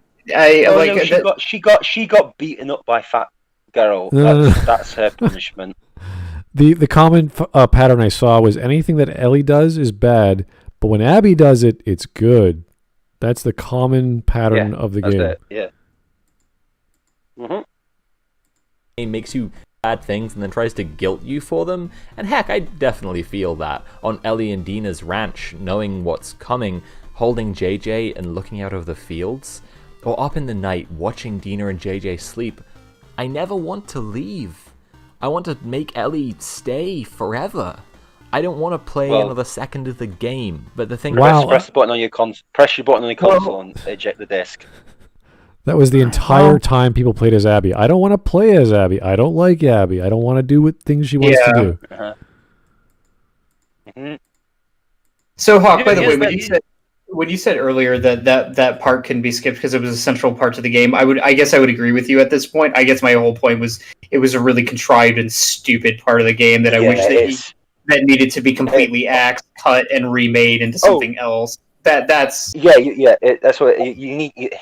But the fact that you had to play from Abby's perspective, that was the part that was just kind of like, no, I don't want to. I'd rather at least, if I have to go down, at least can I please go down as Joel, and can it please be in a way that makes more sense for him to die, not this contrived utter nonsense. Like that's no offense. People go like, but the way Joel says, what was it? Don't have any speeches. If you're going to do it, just do it. If that's badass, it's like, no, that's not. That is like that is like a fucking pathetic attempt to try and make out Joel still badass when the writers clearly want to make him go out with a fucking whimper. Message coming in. Patching it through. Here's Ron Harushin. Thanks again. Can we also point out if Ellie hadn't gone back after Abby, Abby would have died? Yes, exactly. Yes. Yeah. Hence why I say just eject the disc and don't play anymore, because then you can sleep safely knowing Abby died a horrible slow death. The game trying to shame you for anything. It's trying to show you how the characters feel about the decisions and actions they make. No, they don't. No, they don't, because they're idiots. Job of that. No, but they're idiots. I don't feel like I'm making any of the decisions in the game, but it breaks my heart all the same when Ellie leaves Dina and JJ on the farm. Going in, I was actually a little bit worried I was going to be smacked over the head by Abby's huge arms. And by Abby's huge arms, I mean the revenge themes. I was worried it was going to be quite over the top, because... You're worried it was going to be quite over the top.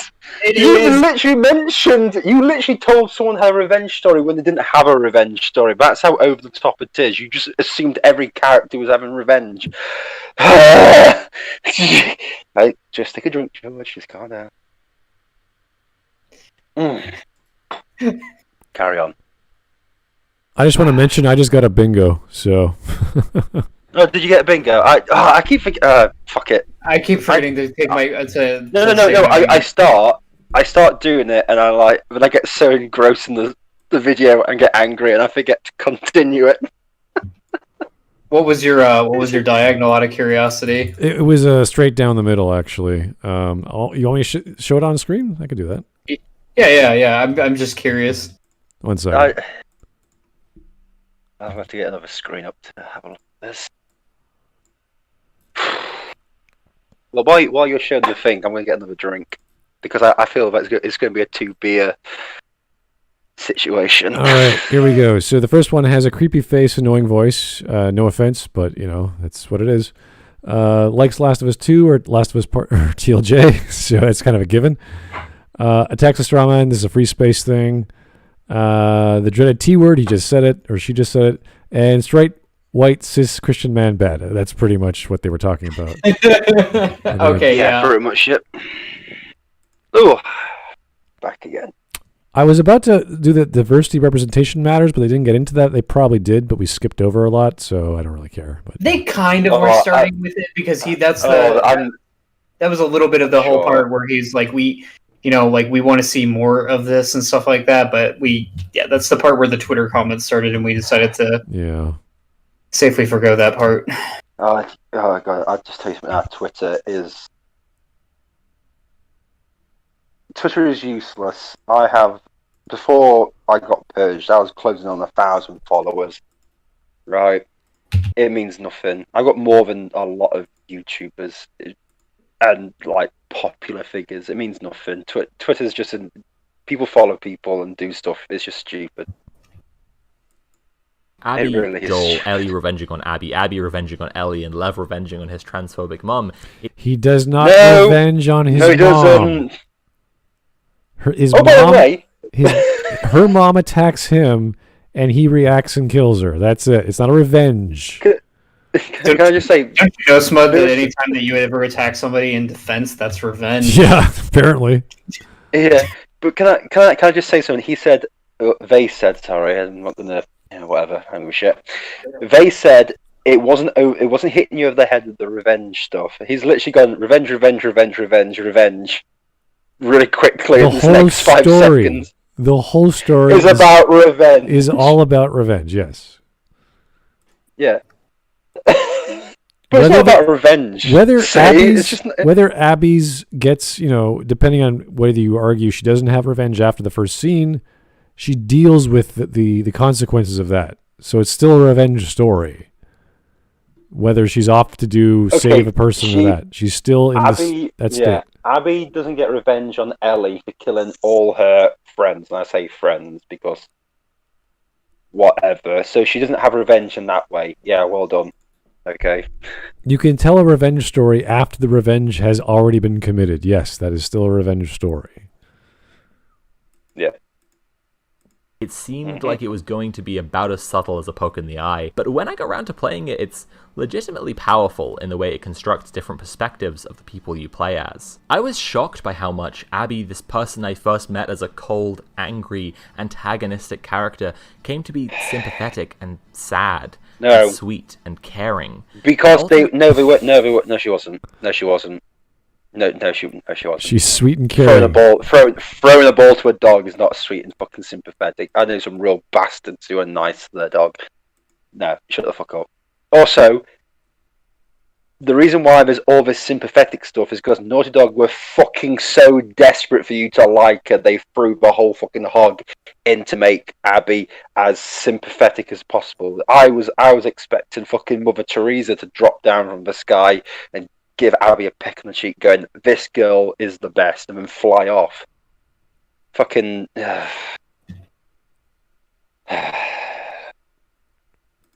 Another drink. Yeah, I think... Your liver gonna be okay, man? Although Lev is too good for this world and inarguably the best character. As an aside, after Abby hears Lev get misgendered... Did you hear what they called me? Oh, shut the fuck up. Yeah. Shut the fuck up. Ask me about it? Oh my god, seriously? You've just shot a ton of people and this is what you need to talk about? Okay. Which I have to say is some S-tier cis allyship. Everyone, y'all should be taking notes. The fact you see Abby as a villain... What did they just say? Cis? What does STS mean? Someone translate. I don't know. Chat. But guess what? It doesn't matter. They just said, when they talk about the fact that she got misgendered, yeah, you've just had a massive shootout, we've had to kill people, you clubbed one person with a fucking axe, right? Why is the misgendering the worst part of the fucking situation you've just been in? People trying to kill you. What is this? Seriously, some people need to get punched more at school. Seriously, I think you need to get punched. You need to get punched to live a fucking life. Because too many of these people have never. No, I will argue it's nice to know why the people are trying to kill you, but it's pretty obvious you're on their turf, and Yeah, but I'm just saying they're shooting bullets at you, and you're like, oh my god, this can't get any worse. Hey, she's over there. They misgendered me. It's like, no, that does not go through your head. He did not say that. Like, oh, Message god. coming in. Hell no, girlfriend. You did not just say that. Jake the Surgeon. I'll take you. Joel is why I cry. Joel is why I cry when I cum. Okay. I'm just imagining. Listen, I'll accept the hanging, the garroting, the shooting, the stabbing, the kicking, the biting, the punching, but I will not accept the misgendering. Thank you very much. It's apparently STS's S-tier support, I think is what they were going for. That's what chat's saying anyway. S-tier. S-tier, yeah. S-tier is it's like higher than A+. That's what S is, at least. That's an actual thing that they use. Yeah. So okay. I know. I've had quite a few to drink actually. Are they playing Fire Emblem or something? That's the only thing I can think of when they say S tier. support. So. Resident Evil has S tier support. Yeah, I don't know if it's exclusively a Japanese thing, but it is part of. It's something in their grading system. All right, whatever. Yeah, it's a rating system. So you got like A star, A, B, C, D, and then S tier is above A star because you need to go above A star for some reason. Specifically support. That's when I refer to the support conversations in Fire Emblem. Because... Yeah. Oh, gotcha. Yeah. I didn't know that. Anyway, that's fine. Joe Crazy, the way she swung that 9-iron was an example of her sweet and caring nature. Yeah, I know. Oh yeah, whenever I see Abby, I think sweet and caring. The way she brutally murders people and then fucks someone who's got a pregnant wife. I think is it? No, that's not it. That's someone else. Sorry, all her companions are bland. I forget who they are, and I'm drunk, so I don't give a shit. All right. This monster, when she kills Joel, before you know anything about her, before you know why, is for my money pretty fantastic. Yeah, but her dad saved a zebra. World. She grew up among the Fireflies, the resistance fighters from the first game, and when her father was killed and the Fireflies disbanded, she joined the WLF, Washington Liberation Front. Fundamentally, Abby comes from big projects, this world of collaboration and working to rebuild society. Her in-group is much bigger from the start. When her dad argues with Marlene during the events of the first game, he wants to sacrifice Ellie to find the cure to the disease. But Marlene puts it to him that he wouldn't do it if it were Abby. Just after she leaves, though, yes, Abby, because tells him that if it were her, forced. He'd want him to go ahead. This isn't because they forced this in. in. Morally superior, but Message as with the coming. first game, she's part of an in-group where Joel and Ellie are loners. Abby's group is much bigger. Even Ellie, having lived in Jackson... What was that? Let me go back. Superior, but all this stuff game, about she's this just part is of an rubbish. in-group where Joel and Ellie are loners. Abby's group is much bigger. Even Ellie, having lived in Jackson for a few years, growing more used to a bigger community, is furious at Joel when she finds out what he did. In many ways, Abby is a reflection of Ellie and Joel. She reflects Ellie's quest for revenge, just a little further progressed, a few months further forward in time. And she and Lev are clearly a reflection of Joel and Ellie's dynamic from the first game. It's the simple but powerful storytelling trick the game does that teaches us about retributive justice and the desire to seek revenge. Like I said, Ellie has no revenge until Abby acts. To care about her, and then she kills Joel and becomes the absolute villain of the first act of the game. But starting over at the crucial moment and seeing things from her eyes really changes everything. That reflection of Joel and Ellie's relationship changes everything. It's fantastic. As heavy-handed as The Last of Us 2 is with its messaging about revenge, the first time I played it, I thought it was kind of funny. Oh, is it heavy-handed it doesn't now? Really apply to real life. I don't generally.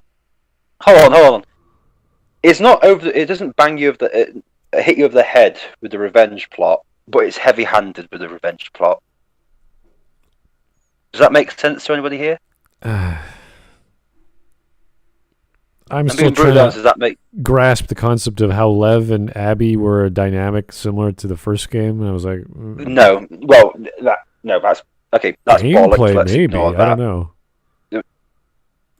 It's bollocks. Let's move on from that point. Also, Ellie has no need for revenge until Abby acts. And then she turns into death. So how she just kills him. Death incarnate and just kills fucking even the unborn aren't safe from Ellie's vengeance. Her horse dies. All the people around her die. The people she wants to die. Patching it through. Even the Grim Reaper's like, Jesus Christ, just calm it down the a little dogs bit, die. Right? Just chill.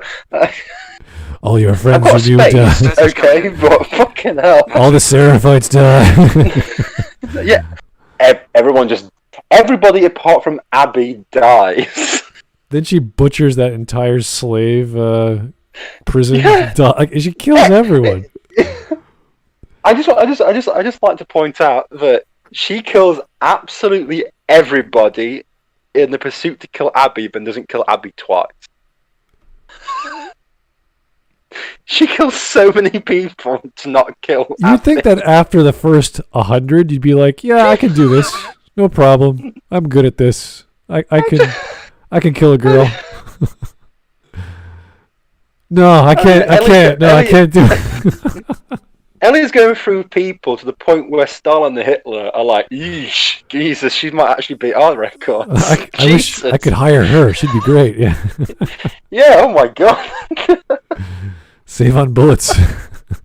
Yeah, but yeah. Sorry, I'm just imagining like the darkest recesses of hell. They'll all talk about, well, this Ellie person, Jesus Christ. Playing a video game, you're dead. Petting a dog, you're dead. Die. Patching it through. She fucking she kills dogs, unborn children, pregnant women, men, other normal women, zombies. Oh my God, she kills everybody. Here is Jake the Surgeon. Apart from muscle ladies. Yeah. Jake the Surgeon, Joel created the potato famine. Oh my. God bless that guy. Oh, good lad. Cyric Maturnum. Joel burned down the Library of Alexandria. Oh my God. Time traveling Joel. What are you gonna do? Jake the Surgeon. What in the name of Arceus is that thing in the dress? That is Curio, sir. Don't. Yeah. You're now just paying attention. What were you doing the entire time? You were giving super chats. Well, hang on, hold on. Yeah, you've been sending super chats. Then I've been drinking. I still know who this person is. Oh, sorry, that was Joe Crazy. I got you two mixed up. I apologize. Oh. Yeah. Joe is crazy. Jake the Surgeon. It's hideous, burnt with fire. Oh, okay. Well, jeez. No comment.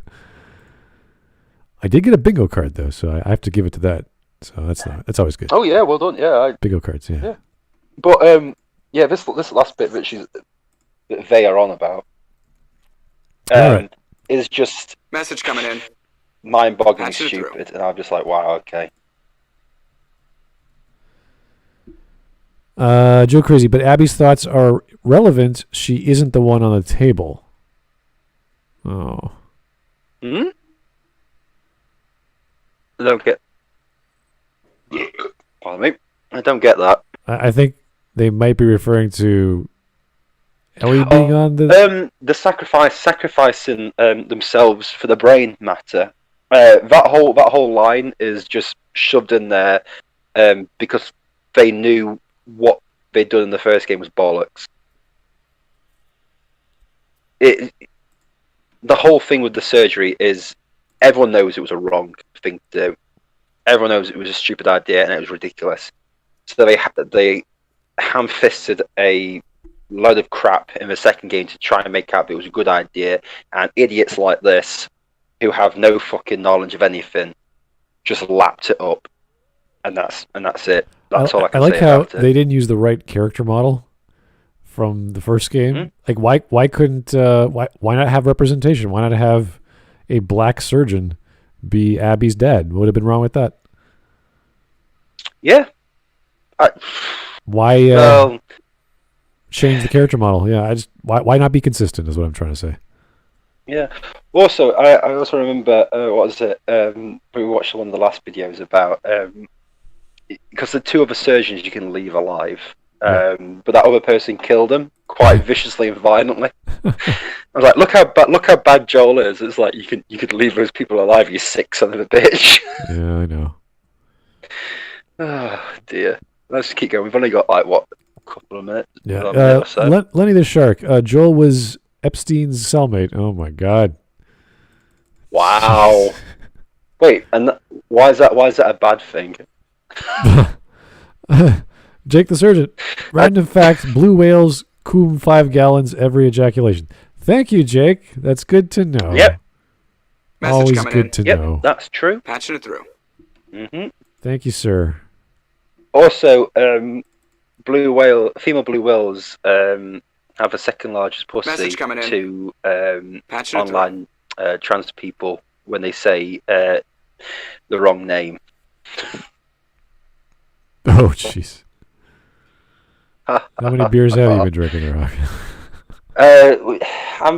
I'm in double figures now. It's fine. I'm doing other things. Okay, leave me alone. Oh no! I said double figures. Oh my god! Yeah, right. It's been a long video. Non-alcoholized beer, I bet. Oh, yeah, I'm so drunk. Yeah, sure. No, it's only Bud, but I've not actually drunk. I've not actually been drinking since Christmas, so I've opened up a new crate. All so right. it's fine. Okay. I don't generally on quests to hurt the people who've hurt me. It should be obvious enough, right? You don't get anything by hurting the people who you feel have wronged you. Yes, you do. Oh my god, are you not? What the? Okay, I hope no one ever has to commit an act of revenge on anyone. But when you want to, and if you do get it accomplished, you are going to feel very, very good. Okay? Also, revenge isn't beating someone to death. Revenge can be a lot of different things. Sure. It's like, I remember earlier this year in the UK, we're talking about COVID restrictions, right? And it could have affected my contact with my son. And people that I knew told me to suck it up and just accept it. It's a sacrifice.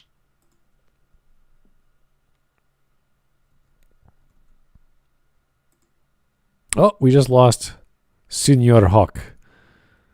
And you're back. Hello? Hey, you're back. Hello? Yeah, sorry, I got cut off for some reason. Anyway, but to say, yeah, so the sacrifice I'm going to have to take, and they weren't particularly nice about it. So I thought really bad about it. Anyway, they got the people who said that got a false positive test and had to stay indoors and had to cancel their holiday because of COVID, even though they didn't have it. And they were complaining and moaning. And my response was, well, it's just a sacrifice you're going to have to make. Nah. That's revenge. It doesn't mean it's like a horrible thing, but it made me feel a bit better because, see, that's a little bit of revenge, but it doesn't mean I didn't batter with a fucking golf club.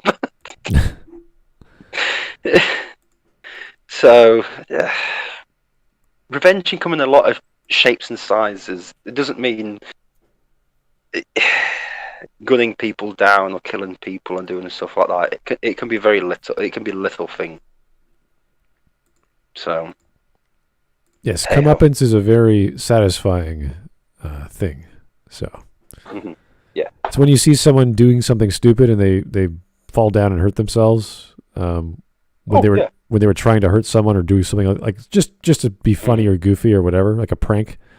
That's always fun to watch. So, these things have been known to happen. Yeah, it's just life. You're gonna come across these things. I haven't lived the most exciting life, to be honest with you. But by God, I'm blowing these sort of people out of the water with things that I've done. It just surprises me because I come from a very middle class family. It's very weird that I'm like, really? These people this doesn't make sense to me. Whatever. And any kind of justice. But then, my good friends... It literally is justice. It literally is... But it's not... But it's not... It's vengeance. Vengeance. To your mind... There's no justice in a post-apocalyptic world. It's vengeance. Well, whatever their concept of karma is, or like weighing the scales, that is justice to them. And that's what people will say if you come inside my home and you're going to take my stuff and you're going to try and kill me, it's justice that I defend myself and I blow you away or whatever. Yeah. So whatever reasoning, whatever rationale you've got, barrels of my shotgun. You can call it justice, you can call it this or that. It is a thing you do because it makes sense to do it at the time, whatever the case might be. So defending yourself, self-defense, revenge, seeking after someone who's wronged you. Hamlet, like go to Shakespearean tragedies, like these things have been well known. Oh yeah, oh god, jeez, yeah. There's some real So anyway, we paused on a picture of Jack before the haircut. So hey, Jack, how you doing? Not sure why, but you know. I just wonder. Smart boy Jack Saint. He's got really long hair. Like I've not been to a barber's in like 3 months now. My hair's still not as long as that. Fascinatingly enough, Jack is more attractive than Curio, but that's just my opinion. It's totally subjective, but that's okay. That's barking at the wrong tree, Smud. I am barking at the wrong tree. Anyway. Pointed out that, if anything, the reception the game has received shows us that a lot of people do believe in retributive justice. They do think they can make things right. If they hurt the people they think have hurt them. It's called revenge. Yes, we're familiar with the concept. Also, can I just say something? It's kind of ironic because the group of people that I'm sure this person aligns with is all about hurting other people in revenge of stuff. Yeah, they came after Joel, and now Ellie's going after them. Yeah, no, but I mean the person. I'm pretty sure. What's the guy who's called Curio? What they are called Curio. The political ideology that I'm sure they'll slide into. The further you go into it, they do just go after people with like revenge to just hurt other people for perceived slight. When you do have political power, you tend to abuse it. Yeah, so yeah. So it's a bit like these people seem to think that going after people and hurting them will solve problems. Yeah. Yeah. You look at okay. You use Twitter. Look at Twitter. How much do people go after people on there? Why are you surprised that people would think revenge works? Yeah, people are pretty nasty. They will go after you regardless. They have grudges. So. Yeah. Oh yeah. Oh yeah. I've met some mean bastards in my life. Some real mean bastards who will do some stuff to you that fuck it. You're like, why? Why are you doing this? And the response is, because I like it. And that's it. So, yeah, there's some horrible people out there. Death threats to Laura Bailey, accusing Neil Cuckman of being a sinister, plotting SJW. And it made me think of the end of the game, when Ellie has Abby overpowered and beaten, when she's choking the life out of her and holding her under the water. I was shaking a little watching this scene, watching these two characters I've been made to empathize with fight to the death brutally and horribly. And then, as the camera closes in on Ellie, she pictures Joel sitting on her porch. Yeah, because it's contrived. Guitar. And it's not just that doing this won't bring Joel back. She knows that. What clicks into place for her in this moment... Okay, you do not know the mental state of a fictional character. Also, sometimes we could, but the problem with these characters is their mental state goes all over the place in this game. All we know... They go everywhere. All we know is she's supposedly having a flashback of Joel. We don't know what that means to her, aside from she can't deal with the flashback, so she has to stop strangling Signora Abby and contemplate life for a moment. Also, is she having a flashback of Joel, or is she just remembering her favorite guitar? We don't it's hard to say. Yeah, exactly. Yeah, it's like, I really like that guitar. Who was that guy who was playing it again? See, if when you get a flashback of the thing you're trying to avenge, it fuels you to keep getting the thing you're trying to achieve. Yeah, why was the thing going through her head right there, Joel playing the guitar and not Joel's fucking corpse? Well, regardless, it doesn't matter what it was. If it is Joel, that is the thing you're striving for. This is what's fueling you. You are trying to get revenge over the target of what caused you all this pain, the death of Joel. That would keep you squeezing the life out of that person, not stopping. Oh yeah. There's. Let's put it this way. Say if someone killed my dad, and I had him in Abby's position. I don't care if I had a flashback of my dad playing the harmonica. I'd still keep that fucker under the water. Just saying. I think we can all agree. Even if you did let go and whatever, we would still want to know why. There would have to be a reason why. It's not some weird subjective emotional reaction of memory. Yeah. There's nothing. If there is, we have to describe it to us. What does that mean? So when also, she I did probably that, asked why earlier. So I was about to say, you guys, we were talking about how the dreams don't really mean anything within this game and everything like that. A dream sequence, if it was done correctly, could actually inform an emotional state of a character. Like if they built this in such a way that it was like, okay, the dream sequence is going towards this idea that, yeah, maybe revenge isn't so good. It's gonna end up poisoning, changing me in ways that I'm not comfortable with. Then that could have informed the mental state, and then that could have set up for, the decision maybe not to kill her. I'm offering this as a charitable way that you could have little fix, I will take your charity and I will shove it away. Well, say, well, why? No. I understand where you're coming from. Yeah. It just doesn't work because at this point in time, this is the second attempt that she's done of killing Abby, and it's such a contrived fucking piece of shit, to be honest with you, that she gets a flashback of Joel just at that point. Joel is, and also it's just Joel playing the guitar. Bear in mind, we all know Joel. If someone had killed Abby, someone had killed Ellie, Joel would have not stopped until he killed everybody. So. Well, it would have been nice to have some general overlap. It's hard to say what was going through Abby's mind when she was having these reoccurring nightmares.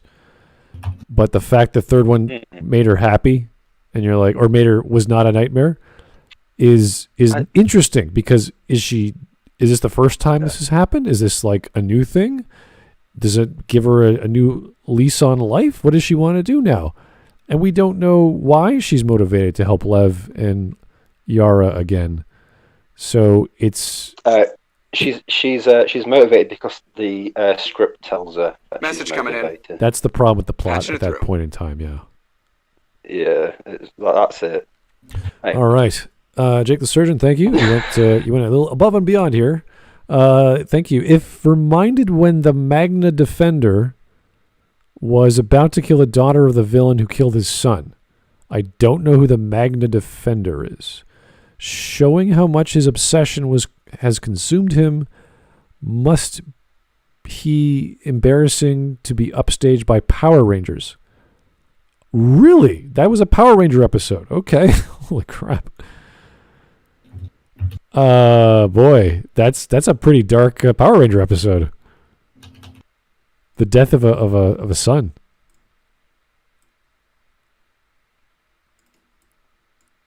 Let me just. Anyway, I heard Dark Power Rangers. I was away at the little Hawks room.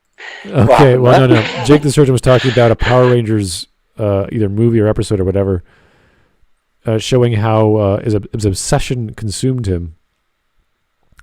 Must be yeah. So that Power Rangers did a better example of revenge than The Last of Us Part 2. Well, yeah, I'm not saying that revenge can't consume you. It's just that The Last of Us does a really bad job of showing it because it doesn't know what it doesn't know what it wants to. It doesn't really know what it wants to be. To be honest with you, it wants the revenge aspect, but it doesn't want the revenge aspect. So it's stuck in the middle of like what is like. We don't know. Yeah, but it shows that revenge is good for Abby, and everything she does is good for her. Yeah.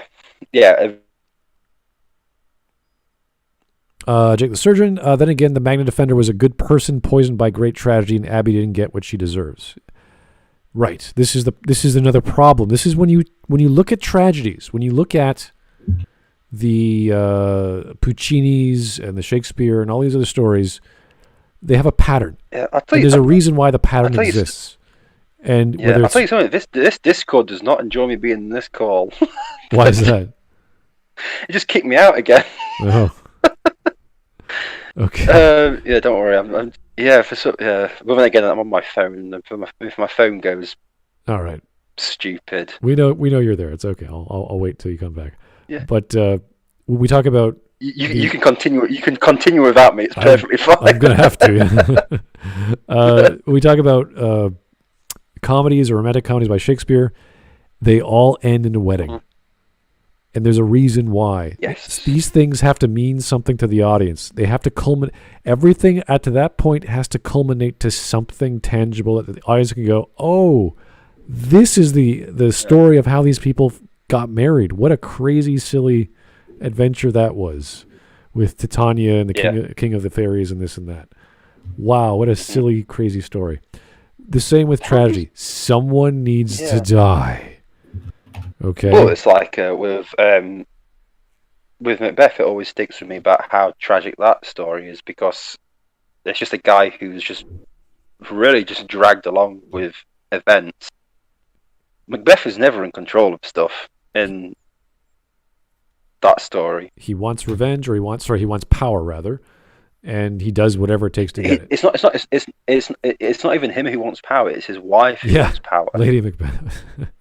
Yeah. Oh, Lady Macbeth is a bitch in that story. She's wonderful. Patching it through. Yeah. So all these stories have a purpose as to why they end a certain way. Now you could subvert that. I'm not against the idea of changing things up. So if you want to have Ellie not kill Abby, I'm fine with that. It's how you do it. Okay? You got to give the audience a darn good reason, a very good reason why she just slaughtered a small village and fine, this one person has to survive. Sense. So you have to know how to break the rules if you're going to do that. Yeah. Joe Crazy. Oh, yeah, Power Rangers Lost Galaxy. Okay. That kid was straight up gunned down. Also, fun fact, they reused the Starship Trooper uniforms for that one. Huh. Yes. Yeah, they did, yeah. Cool. Yep. I like Lost Galaxy. It was interesting. Interesting little spin on it. But yeah, the Starship Troopers uniform gets used in a hell of a lot of TV shows and B movies. I really don't know why. Because it's not like copies of it. It's like the actual uniforms they use. For somehow the studio's just like, hand them out to everybody. They're so good. We got to keep using them. They lost a tailor. We got to make me. They lost a tailor to revenge plot. There's such good uniforms. The tailor's like, we can't replicate. I don't know. How did he make this? They're amazing. Where did the material come from? Yeah, because it's such a generic, futuristic uniform, but they're iconic as well. So I think it works well. Do you know what I mean? Yeah. They stand out, and they're also just generic. So they're probably just All right, let's finish this one off. Mm-hmm. Yes. This is Joel would have wanted. Joel wouldn't have wanted any of this. No, he would have. He would have wanted. Yeah, he would have wanted revenge. He would have Joel probably wouldn't want to get kneecapped. Okay, wait a second. Just stop right now. Imagine if Ellie was killed. What do you think Joel would have done? Yeah, I know. Can you imagine the reaction to if Ellie was killed, and then Joel's just like, "Yeah, no, it's okay, you're good, man." Just walks away. No, Smud. What would have happened if Ellie had been killed? Joel go like, "Well, tomato, you can't win them all." Just goes back to his house. Puts his I didn't slaughter an entire compound for her. It's fine. Like, she was my whole motivation in the story. Like that was You see how aggressive he got with Mr. Bigot Sandwich when he started talking down to Ellie? He was about to club him. Yeah. He was about to beat him up. He literally went over there to kill a man. You called my daughter what? He was like, I've killed hundreds of men. I don't mind adding one more tally to my number. It's perfectly fine. Joel would have gone on a murder spree. If Ellie's was as bad as you thought, Joel would have just slaughtered everything in his path. Okay, as a dad, I will say this. If anyone hurt my kid, I feel sorry for them. Because I would fucking go on a rampage. Good. If someone killed my kid, if No, I'm being serious. I'm honestly being good for you.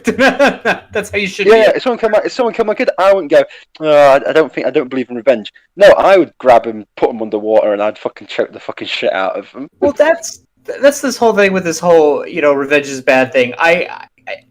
It's kind of like, I would hope if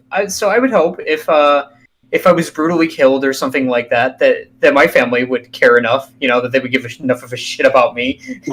They'd be like, revenge is bad when after you've got revenge on the person who's done the bad thing to you, you keep going.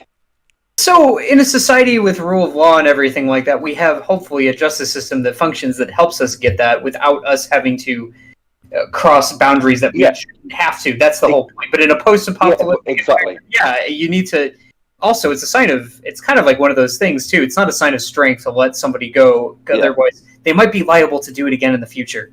Just saying. Yeah, but what I'm saying is the thing is like you're gonna have to Abby to get revenge. You get revenge on Abby, you kill her, right? That's it. Then you come back home, right? If you carried on and said no, I've got to wipe out the whole Washington fucking thing. No. Now your revenge is going too far because now you're taking it out on people who have nothing to do with this. That is revenge bad. Revenge against Abby is good. That's fine because she deserved the revenge. So yeah. Here's Jake the Surgeon. If anyone killed my cat, someone is being dissolved in a plastic tub. Oh my god. Oh yeah, no. Oh yeah. I say son, but I also with my dog. Yeah, my stepdad kicked my dog once, and I punched him through a fucking fence. He wasn't a nice man, so yeah, I completely agree. If someone hurts a pet or an animal or a family member, yeah, you've got to get a bit of revenge. You've got to get some sort of revenge against them because they don't care. That reminds me of care about you. The scene with Ellie, they've hurt you, where she's forced to kill a dog. Unskippable scene. Yeah, you have to kill a dog. Anyway, we got a minute left. Yay! Hopefully, it's a skill share. Can I just say one thing before we press play? There's a picture of skeletons behind Curio, which is probably showing how the audience feels like killing themselves after watching this video.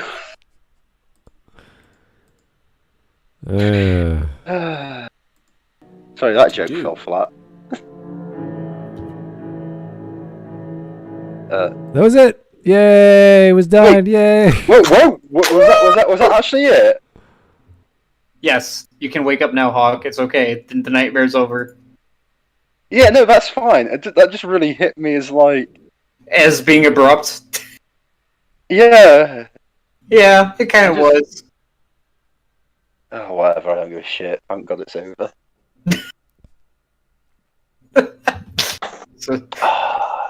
Oh boy! All right, that was Curio, guys. Thanks. Thanks for tuning in. Can I just say one thing to chat and everything?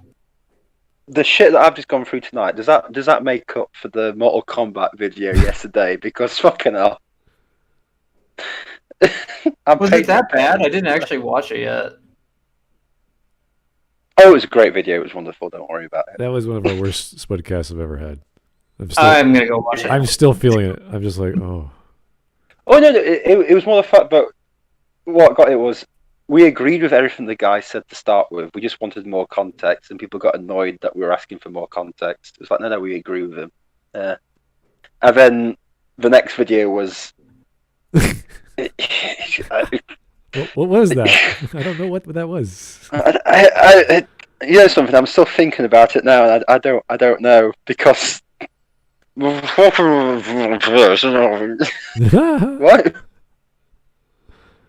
Oh, it was obviously. I think we figured out that it was some sort of like school project or something. Yeah, exactly. Yeah, it was just done. But he got 40,000. Was it? He got 40,000 views. Yeah, but it was done with a piece of software that was just.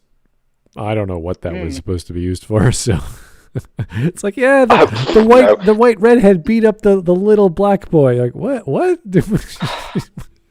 was it blacks, Indians, others, and then the mentally challenged. The elderly and the mentally challenged. By which point, the mentally challenged was represented by a ginger bloke. No, that was the elderly. That was the elderly. I don't know what. A little bit. I got a ginger face to me, man. That's just it is so bad. To be honest with you, it could have been showing an old person, but the fact of the matter is, it came up right as he said, the mentally challenged, and I went, ginger people, why? Anyway, that was great. It was 2 hours and a half. Thank you guys for coming in and keeping us sane and coming with all the jokes with Joel and super chats. Those are always nice. Appreciate that. Mm-hmm. Thank you, Hawk and Master. That's always nice to have you guys on once in a while when you're not busy. It's always a pleasure that you allow me back on. Yeah. I enjoyed this utter insanity and nonsense of a video, and I feel enlightened. I now know my priorities in a post-apocalyptic environment. I know that I should be more concerned about promoting the LGBTQIA minus hashtag whatever culture than getting some food and some shelter from the rain or wildebeest. And spirituality. It's not the bullets that are flying at you. It's the misgendering that they might do.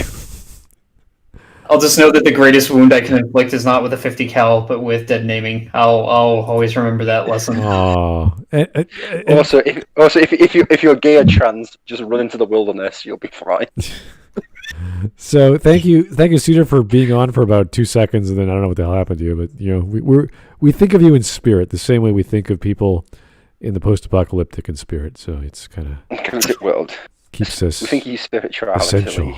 We need to be spiritual. Yeah, very important. All right. I think she's just been busy with stuff because she's obviously with her leg injury. There's been a lot of stuff going on. All right. Okay. Well, anyway, if you guys have any other suggestions, keep them in the suggestions section of the Discord and keep voting on the Smudcast voting part of the Discord as well. We'll be coming over it as soon as we can, whatever suggestions you bring, whatever votes you got. And we'll talk to you real soon. Have yourself a great evening.